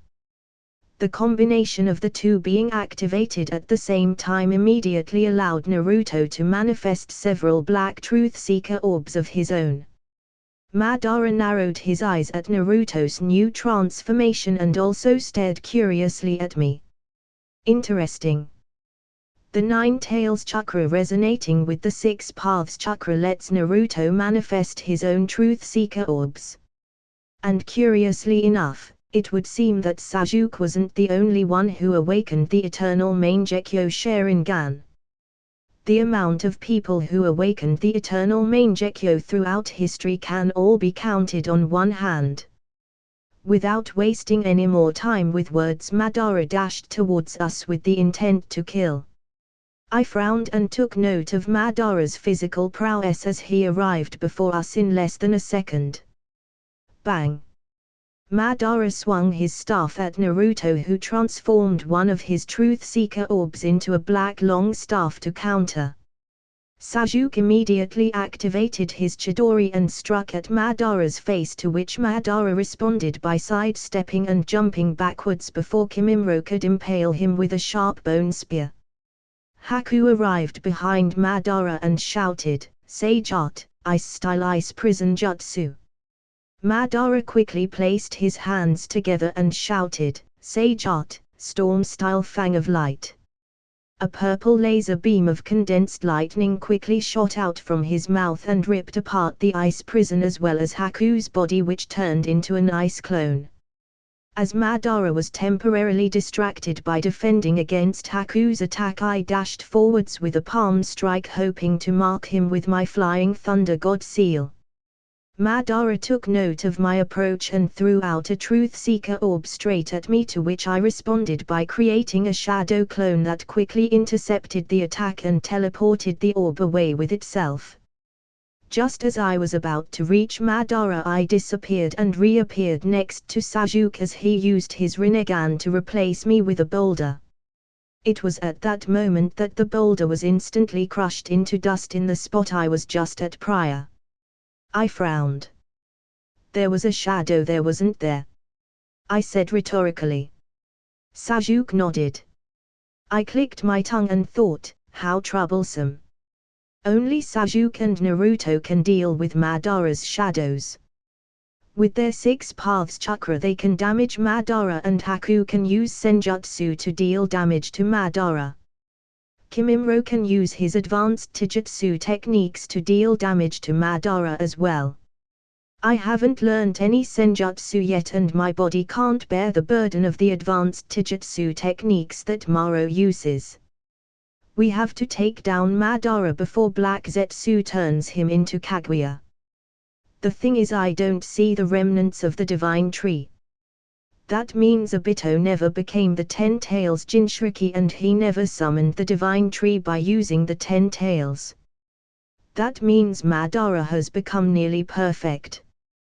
When Madara absorbed the 10 tails, that means he basically absorbed the Divine Tree itself already.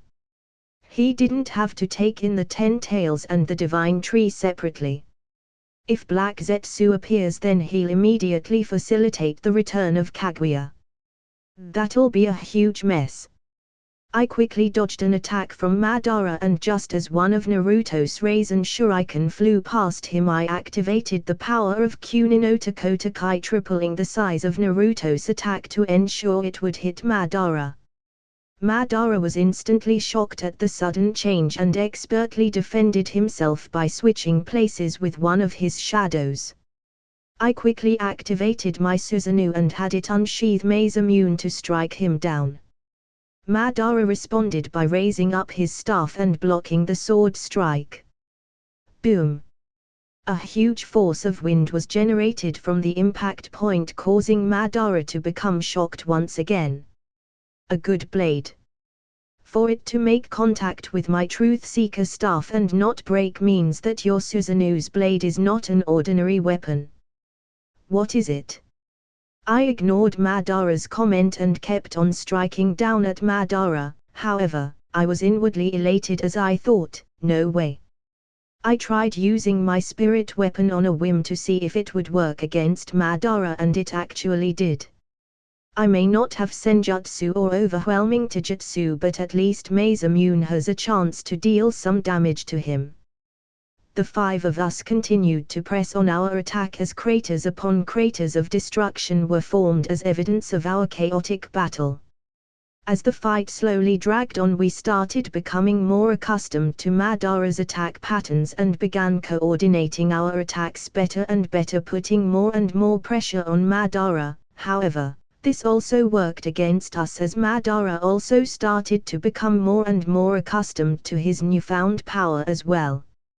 Just as Madara dodged an attack from Naruto, I quickly appeared behind him and prepared to mark him with my Flying Thunder God Seal, but just as I was about to succeed, he quickly turned and gripped me by the throat. Goo! I groaned as Madara tightened his hold around my neck. I quickly gripped his arm and marked him with my Flying Thunder God Seal before teleporting him by Sasuke's side. Sasuke used that chance to infuse his 6 Paths chakra into his Chidori and struck Madara. I quickly appeared by Naruto's side and teleported him next to Madara as Naruto struck Madara with a magnet-style Rasengan infused with a sealing formula. I coughed heavily as I massaged my sore throat and did my best to recover a normal breathing rate. I frowned as I watched Madara replace himself with one of his shadows in order to escape the seal made from Naruto and Sasuke.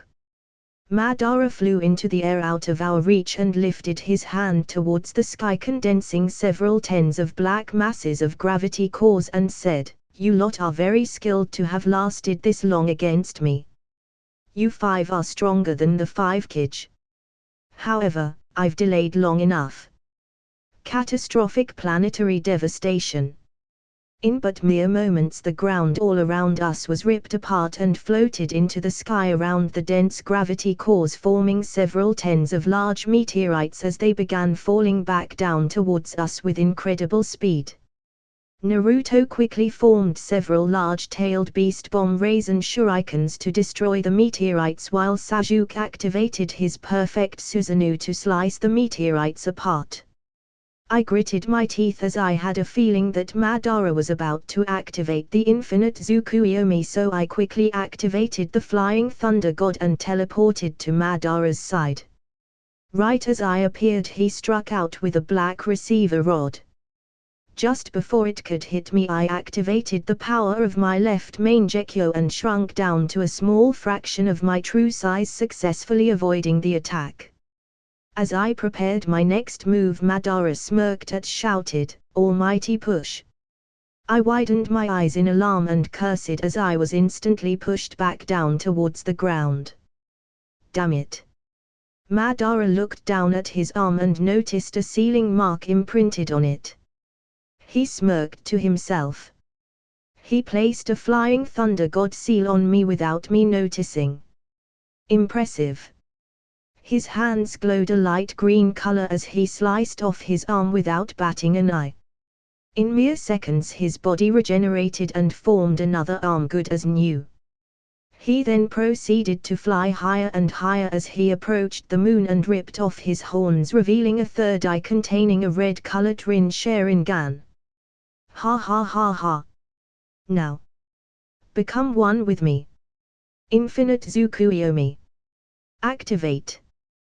The moon instantly took on the reflection of Madara's Rinnegan and began to cast a penetrating light that could pierce through all things.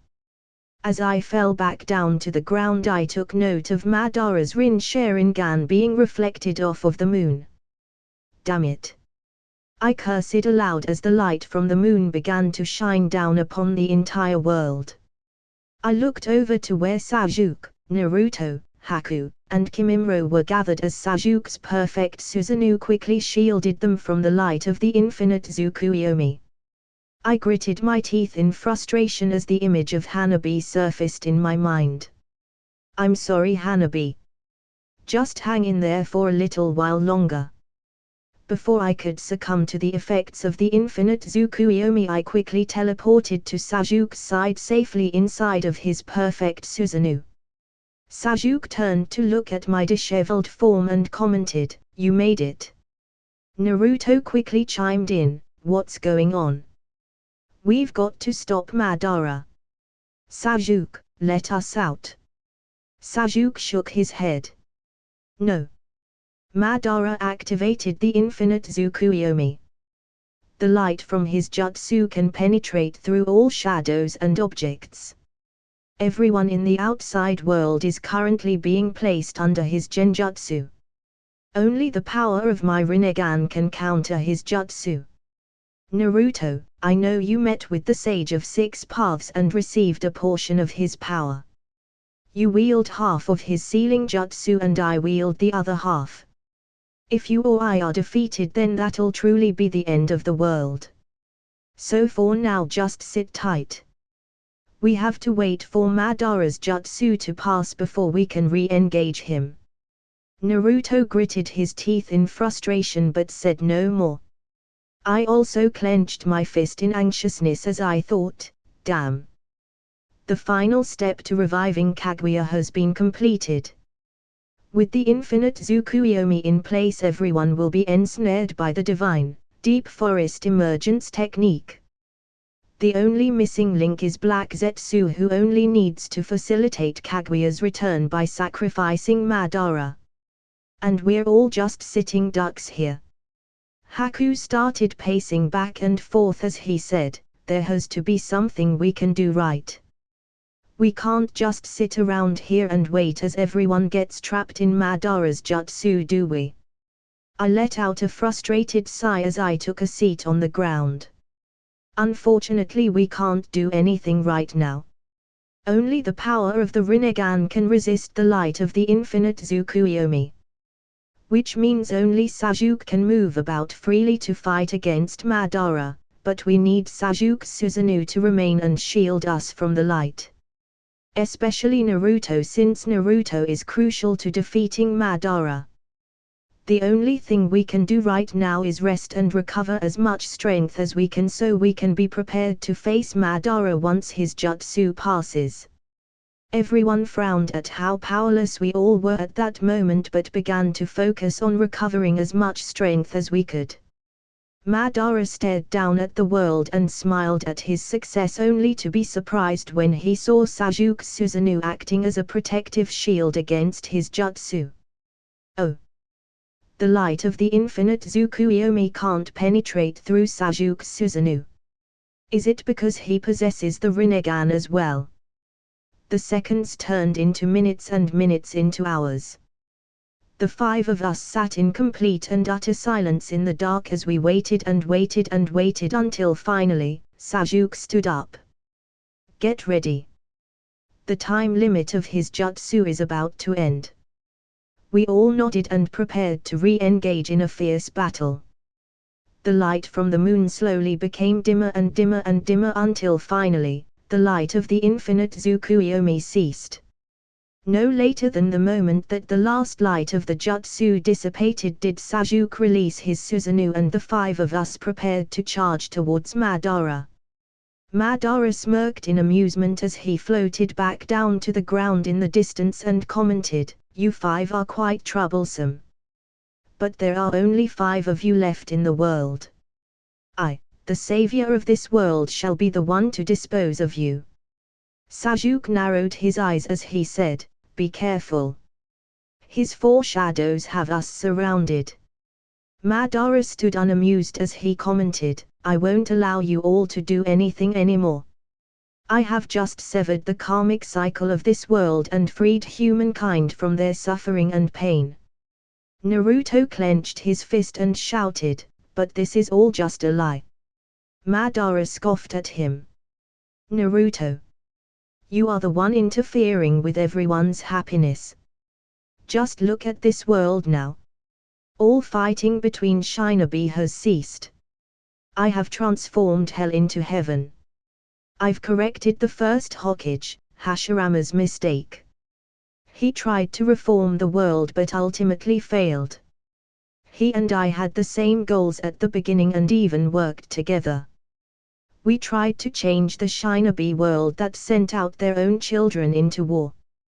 We created the shinobi village, however, it did not create true peace. People can't show each other their true feelings. Fear, suspicion, resentment, hate, greed, they never subside. My opinions were pushed aside and the shinobi world moved forward in accordance with Hashirama's vision. And what happened because of it? The fighting between shinobi didn't stop.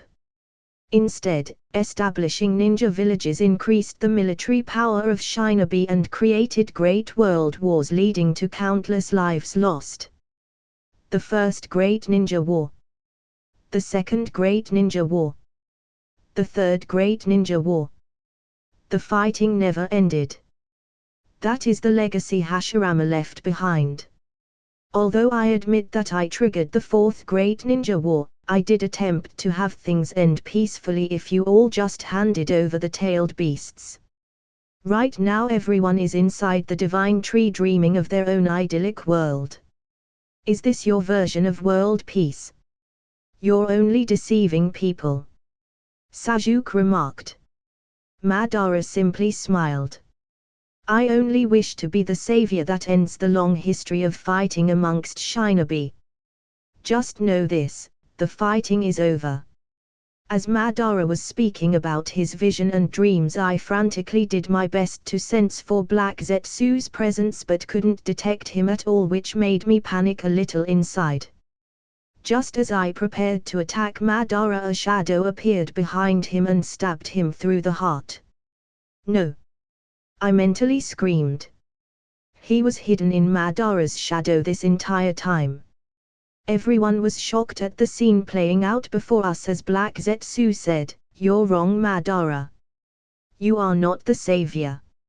And this is not the end of things." Naruto exclaimed, "What the heck is going on?" I quickly threw one of my special kunai at Black Zetsu and replied, "Stop them. Quick." However, before my kunai could make it halfway, Black Zetsu controlled Madara's body to activate the power of his Rinnegan and deflected it with the power of the Deva Path. Zetsu smirked and commented, Now. Don't be in such a rush to end things. After all, this is only the beginning." Madara struggled in place as he couldn't move and said through gritted teeth, "Black Zetsu. What do you think you are doing? You are my will incarnate." Black Zetsu simply chuckled. "Wrong. My dear Madara. Why do you think you are any different than Obito, who you manipulated to this point? You have also been in a phantom dream all this time. One that I concocted. I am not your will incarnate. Rather, I am Kaguya's." Naruto and Sasuke immediately had a bad feeling when they heard Black Zetsu mention Kaguya's name. I ignored Black Zetsu's speech as I quickly activated my Susanoo and slashed out with Maze Immune. However, it was at that moment that a powerful pulse of energy erupted from all over the world. Naruto widened his eyes in shock and exclaimed, what was that?" Just before my blade could hit Madara and Black Zetsu, a powerful surge of chakra erupted from the ground and intercepted my attack at the same time, displacing my body on the ground. "Fuck!" I cursed as I dashed to the side. All the chakra that erupted from the ground began to gather inside of Madara at this moment. I quickly stabilized my body and shouted, "Don't let him absorb anymore." Sasuke, Naruto, Haku, Kimimaro, and I quickly dashed towards Madara in an attempt to separate Black Zetsu from him. However, before we could even get close, the hair on Madara's back spread out into long, thick and powerful ropes that ensnared us. Black Zetsu smirked and remarked, "Ha ha ha. Like moths drawn into the flame. I'll absorb your chakra here and now and be done with it." Naruto struggled and shouted, If we don't stop him here, then everyone will end up dying." Black Zetsu smiled sinisterly and responded, "Don't worry. No one will die. Even when Kaguya was alive, she didn't kill people, she had them wrapped nicely inside the divine tree and transformed them into her soldiers." I gritted my teeth and shouted, "Like we'd let you turn us or anyone else into a bunch of white Zetsus." Black Zetsu widened his eyes in surprise. "Impressive. Izaya. You figured that much out on your own, huh? Correct. Those left from the previous casting of the infinite Tsukuyomi is what white Zetsu are. Madara struggled in his deformed state to lift his head and said in confusion, Black Zetsu. What are you talking about? The infinite Tsukuyomi is an Uchiha Jutsu. One that brings eternal peace to the world of Shinobi. And what do you base that on? Black Zetsu responded. The Sage of Six Paths carved that into the stone tablet. Ha ha ha ha. My dear Madara. I have been around eons longer than you have. I have had plenty of time to make revisions on that tablet of his. The infinite Tsukuyomi is not a jutsu that confers peaceful dreams. Rather it is a jutsu used to amass large amounts of chakra from those enslaved in it. You acted according to what I know, what Kaguya's will had intended.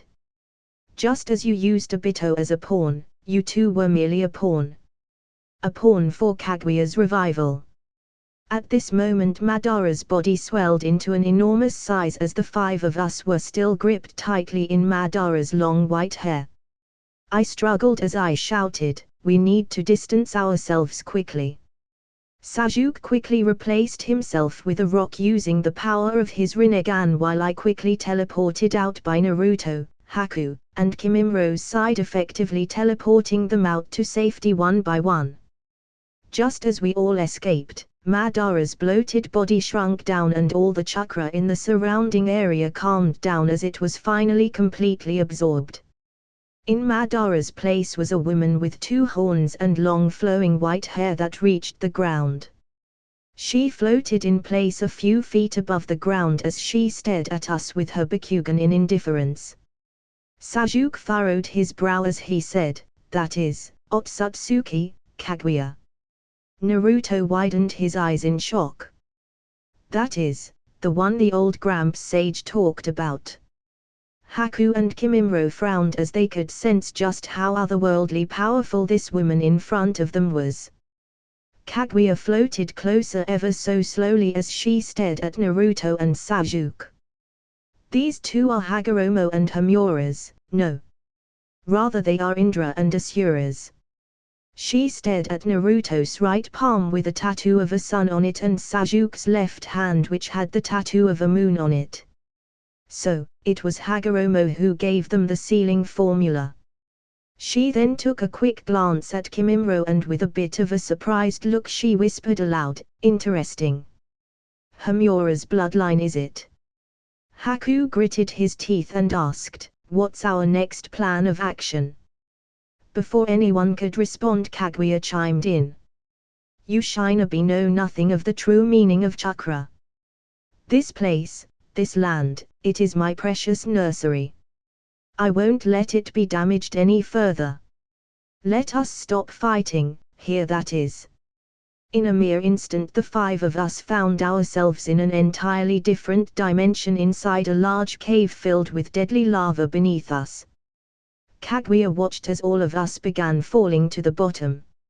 She raised her arms and remarked, I shall erase you all here. I gritted my teeth and quickly threw several kunai at the cavern wall. I then teleported to Haku, Kimimro, and Sasuke's side as I teleported each of us to one of the kunai stuck on the wall. I then quickly activated my wood style and created footholds along the wall for us to stand on.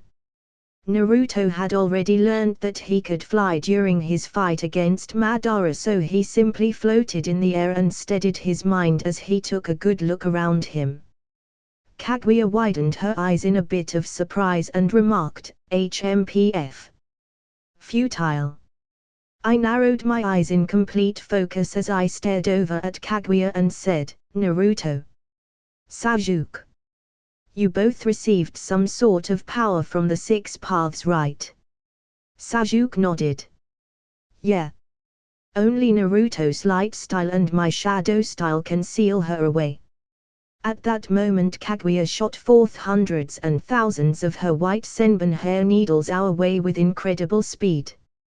Immediately Sasuke and I activated our Susanoo and shielded everyone from the attack. Kaguya quickly rushed forward and struck out with her fist as she shouted, 80 God's vacuum palm. Naruto responded by creating large chakra arms to counter Kaguya's attack. Boom! A blinding light and thundering sound spread out across the cave as both attacks met head-on. With Kaguya's Bakugan she was able to find a gap in Naruto's attack and successfully struck him in the chest, sending him flying uncontrollably through the air. Sasuke utilized that moment to arrive by Kaguya's side clad in his perfect Susanoo and struck down with two giant swords at her body. However, Kaguya simply raised her left arm upwards as she was surrounded in an aura of blue chakra and melted away Sasuke's Susanoo. Sasuke widened his eyes in shock at what he was seeing. Not a moment later Kaguya blasted Sasuke off to the side and sent him falling down towards the lava below. Haku quickly shouted, Ice Dragon Jutsu. A large icy dragon swooped down and caught Sasuke in its mouth before bringing him back onto the wooden platform I created earlier. Kimimaro stretched out his arms towards Kaguya and shouted, Dance of the Honey Locust Spear. Two large bone spears shot out at Kaguya, who scoffed and said, You can even use a jutsu similar to my own. But it is futile to resist. Just as the bone spears got close she batted them away with her powerful aura. In that instant I arrived above her and activated my own perfect Susanoo. A giant black armored Susanoo with dark black wings with me in the center of its forehead approached closer and closer. Kaguya stared indifferently as she cloaked her hand in blue chakra and prepared to melt my Susanoo away just as she did with Sasuke's. I gritted my teeth and crossed my fingers that my attack would work as my Susanoo unsheathed the cool black and blue blade of Masamune and struck down at her. The next instant Kaguya widened her eyes in complete shock as what happened exceeded her expectations. The moment her hand made contact with my blade it didn't melt away as she had predicted. Instead she was slammed through the air and rolled off into the distance for several miles before crashing into the wall of the cavern. I rejoiced at the fact that my spirit weapon was unaffected by Kaguya's chakra and stood floating in midair as I watched Kaguya crash into the wall in the far distance. Sasuke arrived next to me in his own perfect Susanoo and commented, It seems like your spirit weapon works against her as well. Haku and Kimimaro rejoiced and shouted, Nice one big brother. Naruto finally stabilized himself in the air and floated over next to us. He turned to me and looked down at my waist pointing to Muramasa and asked, Izaya, what is that katana? How come I never see you use it? Is it required for you to activate your spirit weapon? I looked down at my waist and shook my head. No. This is a different spirit weapon. I can't use it yet. If I do it could potentially put us all in danger. Without any more time to explain further a dark portal appeared behind Naruto and dragged him inside before anyone could react. Naruto! Sasuke shouted as he attempted to follow, however, the portal closed before Sasuke could even get near. Kimimaro frowned and said, What do we do now? I also frowned and said, Give me a moment. I placed my hands together and formed the hand signs of horse, ox, rat, bird, hare, and ram, then said, Flying Thunder God Jutsu, Gate Crossing. Immediately my chakra linked up to the Flying Thunder God seal I placed on Naruto. Hare. I half smiled and half frowned. What is it? Sasuke asked. I developed this jutsu to help me escape Obito's Kamui dimension. It lets me teleport to any of my markers across dimensions. Sasuke widened his eyes in surprise. Then can you teleport us to Naruto? I frowned. I could. But the problem is jumping between dimensions takes up a lot of chakra. To take us all I'll need the aid of everyone's chakra. Haku quickly chimed in and replied, "That's fine, big brother. We'll give you as much as you want." Kimimro nodded in agreement. Sasuke simply placed his hand on my shoulder and said, "Let's hurry." The three of them pooled their chakra and channeled it into me as I focused on Naruto's location. Just as I had amassed enough chakra with everyone's help, I activated my jutsu and teleported everyone by Naruto. Black Zetsu widened his eyes in shock when he saw us appear by Naruto's side. He remained hidden inside Kaguya's sleeve and remarked, "Impossible. How did they get to this dimension?" Naruto also exclaimed in surprise. "Hey! How'd you guys get here?" Sasuke quickly chimed in, "It was Izaya's jutsu." "Never mind that though, focus ahead of you. Remember, only you and I together can seal her away." I took a quick sweep around us and noted that this dimension was the one completely covered in ice and snow. Haku smiled as he took in the surroundings and placed his hands together, shouting, "Sage art, ice-style swallow snowstorm jutsu." The ice all around us condensed into large snowbirds and flew straight at Kaguya in a ferocious storm. Kaguya frowned and controlled the ice world around her to intercept Haku's attack, effectively blocking his jutsu. Haku widened his eyes in surprise. "Eh? Can she utilize the ice-style Keki Genkai as well? Or is this a function of her influence over this world?" Naruto furrowed his brow and said, "She's merged herself with nature. She can control the environment around her." I frowned and thought to myself, this is just like Kabuto's sage ability to warp his surroundings to aid him in battle. The icy world began moving on its own as the sharp icy rocks and mountains aimed to pierce our bodies, forcing us to keep moving and dodging with every passing second. I quickly dodged a large ice mountain spear and placed my hands together, shouting, "Wood style, deep forest emergence." Instantly a huge forest began growing right beneath us and started to obstruct and combat the icy mountains around us. Kimimro quickly landed on a tree branch and activated the 8th breath of the 9 dragons breathing, filling him with powerful sage chakra and enhancing all of his taijutsu abilities. He shot forth at an incredible speed and shouted, 8 extreme fists, first fist of destruction. Kaguya responded by shouting, 80 gods vacuum palm. Wham! The impact of the collision generated a powerful force that caused Kimimro to fly off into the distance for several hundreds of meters as Kaguya was sent rolling through the air for several tens of meters before she was able to stabilize herself. I used that chance to activate my perfect Susanoo and slashed at her with Maze Immune. However, before my attack reached her, she disappeared into a black portal. A dark portal appeared behind Sasuke in the next instant, undetected, as she quickly grabbed Sasuke by the collar and dragged him inside. "Goo!" Sasuke groaned as he was pulled in. "Sasuke!" I shouted as I turned, only to see a dark portal close shut. Soon after, another portal opened as Kaguya appeared before us. Naruto placed his hands in the clone sign and said, "Shadow Clone Jutsu." Thousands of Narutos appeared as he began attacking her in a flurry of madness. "Where did you bring Sasuke?" he shouted.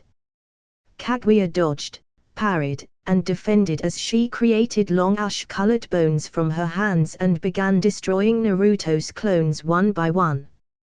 The moment I saw Kaguya create those long ash-colored bones, I immediately became alarmed and shouted, "Everyone, be careful of those bones. If you get hit by them, then you're dead." Black Zetsu narrowed his eyes in caution and surprise as he said, "Oh. You know about mothers all killing Ashbone Jutsu? Well, no matter.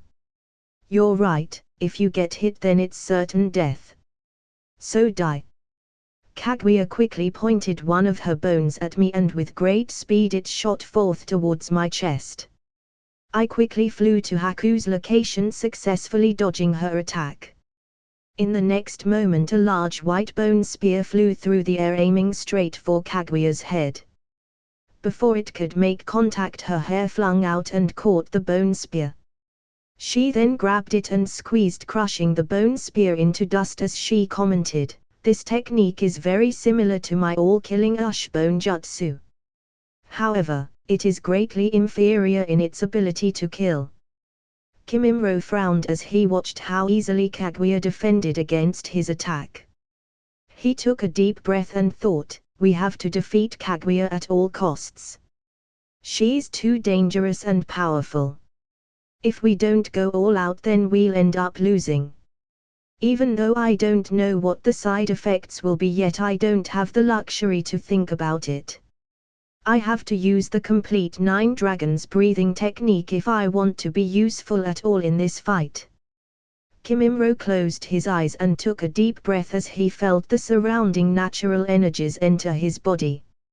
He felt his cells, tissues, muscles, and bones grow stronger and stronger and stronger as they were baptized in natural energy 9 total times by his technique. Sweat dripped down the side of his head and back as he felt some sort of transformation within his body. Kaguya turned her head as she sensed a surge of familiarity coming from Kimimaro. Black Zetsu frowned and commented, "What is he doing?" Kaguya also frowned and activated her Bakugan to take a closer look at the changes happening in Kimimaro's body. She instantly widened her eyes in shock and exclaimed, "How is this possible? His bones are transforming into that of the all-killing Ush bones. The natural energy his body absorbed has reinvigorated his diluted Otsutsuki bloodline and made it more pronounced that it has caused a change in his body's physical structure." She quickly stuck her hand out towards Kimimaro and shot several of her all-killing Ush bones towards him. But before it could make contact, I arrived by Kimimaro's side and teleported us both safely away into the distance. Maro finally opened his eyes as he completed the activation of the full 9 dragons breathing technique. The purple aura of natural energy surrounding him stopped leaking outside and was fully absorbed and concentrated inside of his body. A tattoo in the shape of a dragon with 9 heads appeared on his face as his eyes turned purple. I stared dumbfoundedly at Kimimaro's transformation and remarked, "Maro, you did it. Not only did you complete the 9 dragons breathing technique, but you became a true sage. The tattoo marks and the coloration changes in your eyes are proof of that. You've become the first Taijutsu-oriented sage." Before we could celebrate further, several large Ush bones came flying in our direction. Kimimaro narrowed his eyes and quickly responded by placing his hands up and shouted, "All-killing Ush bones. Honey locust spears." Several sharp Ush bones flew out from Maro's hands and intercepted Kaguya's Ush bones, effectively stopping her attack. Kaguya frowned in the distance as she commented, "So he really has awakened the all-killing Ush bones." Without giving Kaguya time to think or strategize, Haku shouted, "Sage Art, Ice-style Crystal Ice Mirrors Jutsu." Hundreds of ice mirrors surrounded Kaguya as they reflected the image of Naruto inside. Naruto quickly activated Kokyo's steam chakra within him and shouted, "Vapor style, unrivaled strength." A huge mass of hot steam rushed out towards Kaguya as she quickly evaded by entering a portal. Before the steam could reach her, she disappeared completely. Naruto shouted in frustration, "Damn it! Where did she go?" In the next instant a hand appeared behind Haku and dragged him inside. Kimimaro, who was closest, shouted, "No!" But it was too late as the portal closed completely.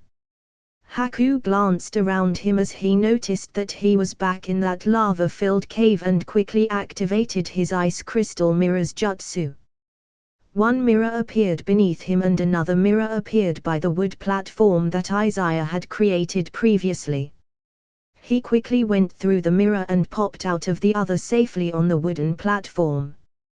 Kaguya stood floating in the distance as she stared at Haku. Haku simply stared back in wariness and said, "So your plan is to separate us and kill us one by one, huh?" Instead of Kaguya responding, it was Black Zetsu who responded. "Exactly. You lot are persistent little roaches. But you all are weak when on your own. Mother, quickly kill him and then we'll go deal with the others." Haku gritted his teeth in preparation for a fierce battle as Kaguya struck out with her palm, creating a massive blast of pure chakra. Haku widened his eyes in alarm as he mentally noted, "I'll die if I take that attack head-on." He quickly jumped in the air and dodged her attack only to find himself facing 100 more palm strikes from Kaguya. Haku gritted his teeth and prepared for the impact as he whispered, "I'm sorry big brother, Maro, everyone. I think this is as far as I go." Haku shut his eyes and crossed his arms while curling his body in a ball, bracing himself. Zing! A flash of azure blue and silver light passed by just before Kaguya's attack made contact. Bam! Then it hit. Kaguya's 100-palm strike blasted Haku off into the distance and smashing into several rock pillars before crashing into the wall of the cavern. Debris and dust kicked up from the force of the impact. Black Zetsu smirked and cackled as he commented, "That's one down. 4 to go. Let's leave and get the others." Kaguya squinted her eyes and commented, "No. It's not over yet." The debris and dust slowly dissipated, revealing Haku, completely disheveled with dirt stains all around, but otherwise unharmed. A fierce blue and silver aura surrounded him, giving off a feeling of immense majesty and danger. The koi fish tattoo on his forehead that marked him as a sage transformed into that of a serpentine dragon. His eyes became a silver color. Kaguya stared warily at Haku and asked, "What did you do just now?" Haku simply stared indifferently at Kaguya as he responded in an echoed voice that sounded like it was a mix of his voice and a wise and ancient creature's voice. "What did I do?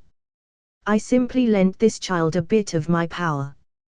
Kaguya narrowed her eyes in confusion. "Lent him power? Then you are a different entity inhabiting that child's body. Who and what are you?" "Correct. I have simply lent this child a bit of my power as a heavenly sage. I have decided to pass on my teachings on to him. After all, it's rare to find someone who has a good heart and the potential to become a perfect heavenly sage. As for who I am, though we have never personally met before, I'm sure you've heard of my name. I am Oya Tatsumi, the Heavenly Ocean Sage." Kaguya instantly widened her eyes in shock and alarm as her body slightly shuddered. "You are Oya Tatsumi, the Heavenly Ocean Sage? Impossible. I heard that you had died." "Heh. As you can see, I am still very much alive. However, I commend your clan. They managed to injure me greatly and stole many of my treasures. The truth is that I pity you and your circumstance. But I won't allow you to kill this child." Kaguya frowned. "You pity me? How so?" "I pity you because you are ignorant of the truth about yourself and your family. But then again, I suppose not even your own clan knows the truth about you. If you knew the truth, then perhaps you would turn against the Otsutsuki clan. What I find ironic is that you decided to turn on them yourself despite not knowing the truth about yourself. That is why you were amassing an army of white Zetsu, in preparation for the day when they arrive here on this planet. No matter. Your intentions are good, but your methods are questionable.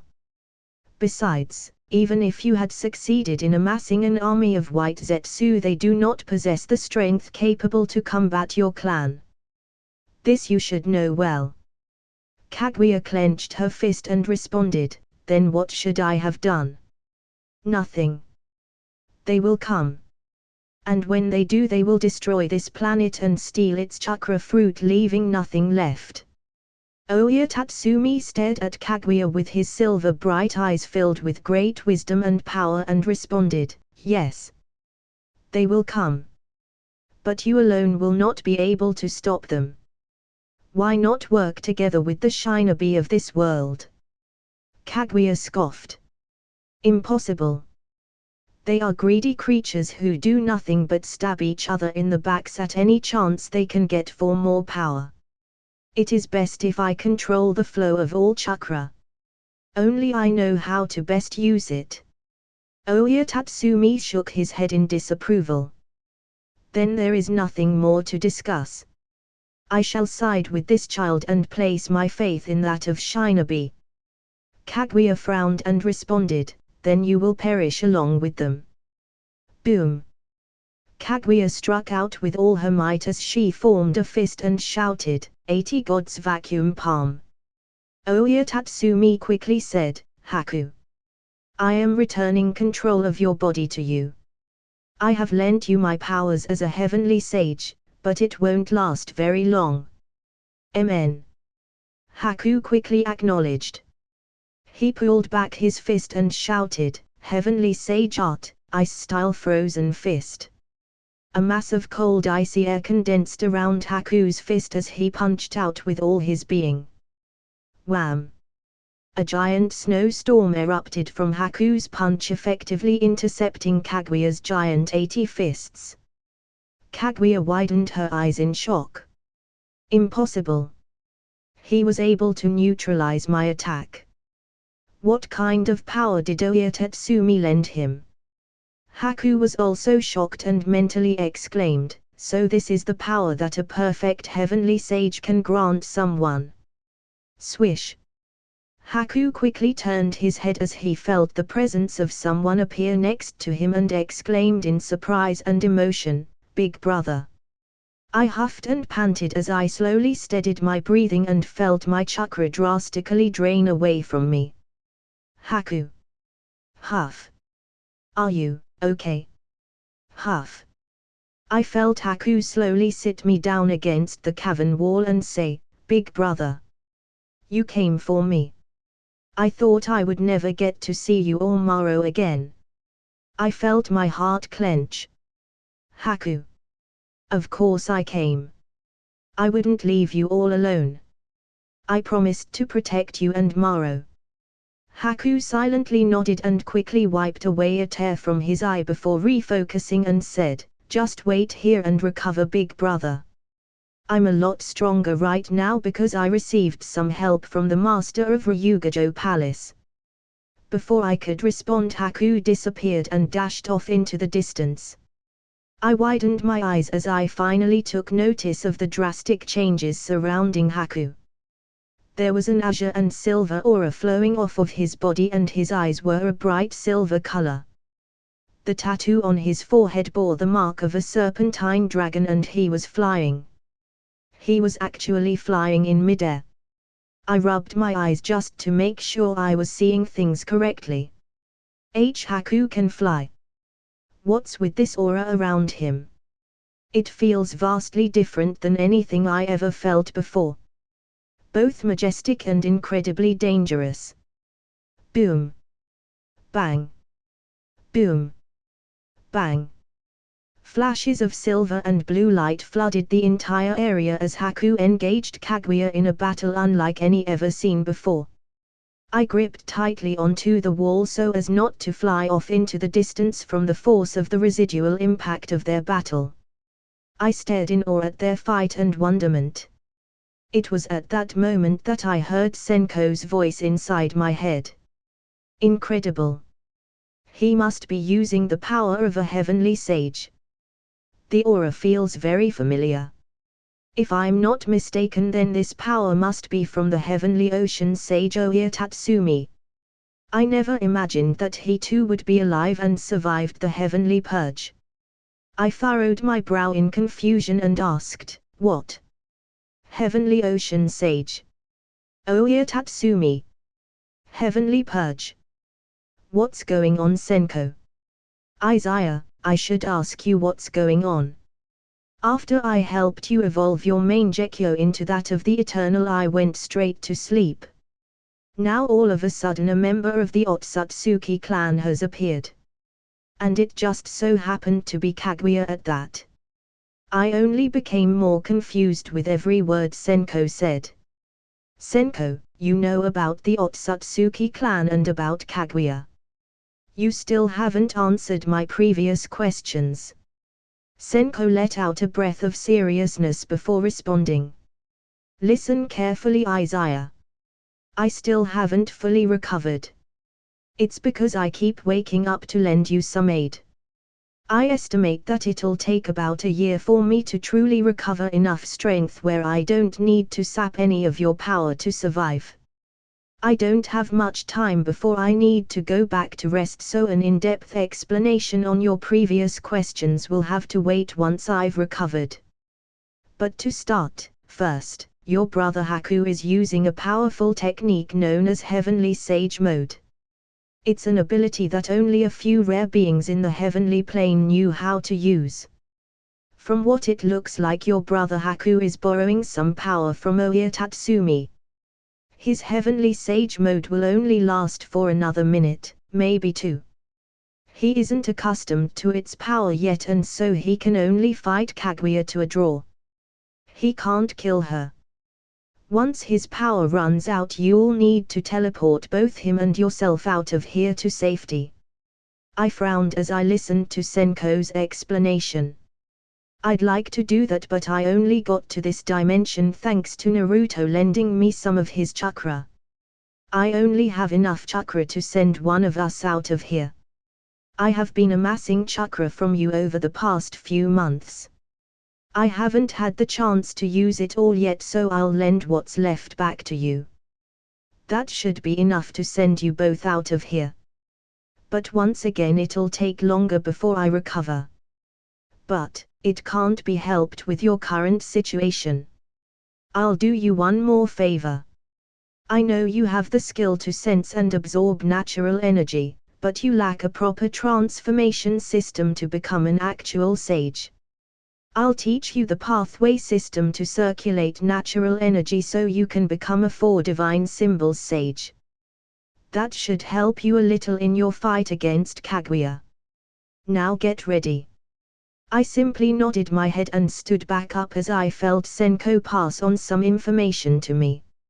I also felt a burst of chakra as Senko returned all the chakra he hadn't used up back to me at that moment. I clenched my fist and returned my attention back at Haku, who was still engaged in a fierce battle against Kaguya. Haku quickly backflipped midair, avoiding a deadly attack from Kaguya, and placed his hands together, shouting, "Heavenly Sage Art, Ice-Style Multi-Ice Dragon Jutsu." In mere seconds 10 gigantic frosty ice dragons condensed in the area and shot out towards Kaguya. She narrowed her eyes and clapped her hands together, creating 100 giant ashbone spears that intercepted the ice dragons. Haku frowned as he noted that he was running out of heavenly energy. Kaguya appeared next to Haku and thrust out a powerful palm strike, to which he expertly raised his left arm to deflect her attack. Haku quickly ducked down, successfully avoiding Kaguya's long hair attack, and dashed backwards, creating some distance between them. Before Kaguya could press on her attack, Haku placed his hands together and shouted, "Heavenly Sage Art, Ice-Style Freezing Mist Jutsu." He expelled from his mouth a mist of freezing ice so large and dense that even the lava below froze over. Kaguya furrowed her brow and successfully escaped as she disappeared inside one of her portals. As the freezing mist came to a stop, Haku huffed and panted heavily as the aura surrounding him disappeared. His Heavenly Sage Mode finally wore off as the serpentine dragon tattoo on his forehead regressed into that of the double koi fish. Haku began falling from the air as he could no longer fly in his current form. I quickly teleported to his side and propped him over my shoulder as I sensed my marker on Naruto and teleported us back into the icy world dimension Naruto and Kimimro were in. The instant we returned to Naruto's side, Kimimro frantically ran over to us. Izaya. Haku. Are you both all right? I set Haku down to rest against an icy boulder before responding. Yeah. We're both fine. Did you see Kaguya? She disappeared from the dimension we were in. Kimimro let out a sigh of relief and shook his head. No. Kaguya hasn't appeared here. I frowned. Then she must have entered the dimension where I stumbled backwards a bit as my vision suddenly became obscured. Hints of cloudiness and extreme clarity tunneled back and forth before my vision stabilized. Naruto, Haku, and Kimimro were immediately alarmed as they quickly came to my aid and supported me so I wouldn't fall. Izaya, what's wrong? Naruto asked concernedly. I clutched my eyes as I felt a strange pulsing sensation in my eyes. It lasted for a few seconds before subsiding. Izaya? Kimimro questioned in confusion and concern. I recomposed myself and examined my body only to find nothing out of the ordinary. I'm fine. Sorry if I worried you guys. Haku frowned at my answer. Big brother. You don't just stumble and clutch your eyes if everything is fine. Are you sure? I nodded. Don't worry. I'm fine. Naruto nodded. What were you saying earlier about where Kaguya disappeared? Right. If Kaguya isn't here, then she probably left to the dimension where she sent Sasuke. We need to hurry. We can't let Sasuke face her alone. If we all pool our chakra together, I can take us to where Sasuke is. Amen. Everyone nodded as Naruto, Haku, and Kimimro placed their hands on my back and fueled me with as much chakra as they could. Just as I gathered enough chakra to send all four of us, I quickly made the jump. Black Zetsu frowned as Kaguya just dodged an attack from Sasuke and noticed that Naruto and the others had appeared as well. He gritted his teeth and shouted, "You pesky cockroaches! Just die!" Sasuke quickly acknowledged our presence but kept his focus on Kaguya. Kaguya, however, frowned at our appearance. I took note of our surroundings, which happened to be her desert dimension. Black Zetsu chimed in at this moment. Mother. Since Sasuke and Naruto are reunited, we can't afford to be stingy with our chakra anymore. Kaguya stared at us indifferently and responded. I know. She spread out her arms and, utilizing the power of her Rin Sharingan, transported everyone into another one of her space-time dimensions. Goo. We all felt a heavy gravitational weight pull down on our bodies and kept us all grounded and nearly immobile. Kimimro had the easiest time moving around in his enhanced Taijutsu state, but his movements were much slower than normal. Kaguya stretched out her palms and aimed right at Sasuke and Naruto as she shot forth two spears of her all-killing Ushbones at them. Kimimro quickly reacted as he shot out his own Ushbones, intercepting hers. Black Zetsu cursed aloud.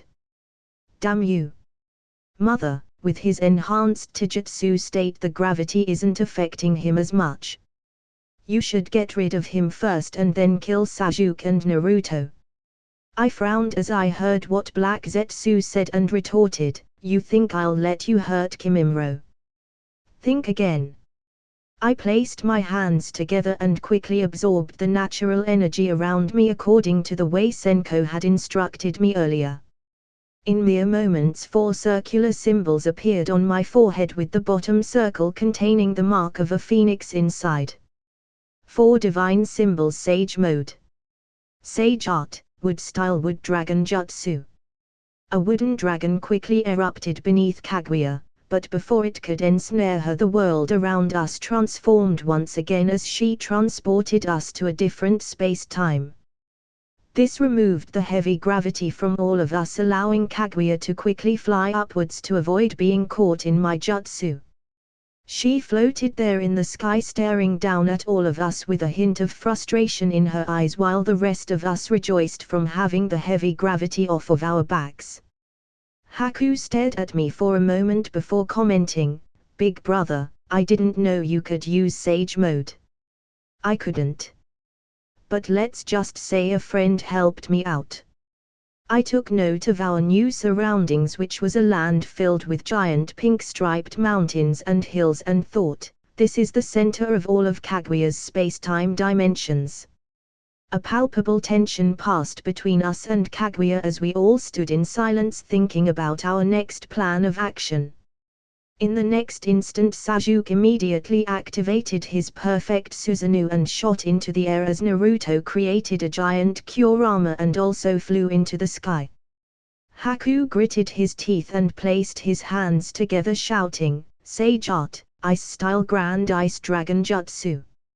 A giant ice dragon with large wings condensed around Haku and lifted him into the sky as I quickly arrived by Kimimro's side and shouted, "Perfect Susanoo." The giant form of a black-armored Susanoo flew into the air as I took Maro with me. As both sides stood on opposite ends, we all knew that this confrontation was going to be the one to truly decide the fate of the world. That's it for this video, guys. Hope you like the video. Like, share and subscribe the channel. Also make sure you give me your recommendation in the comment section down below. Thank for watching.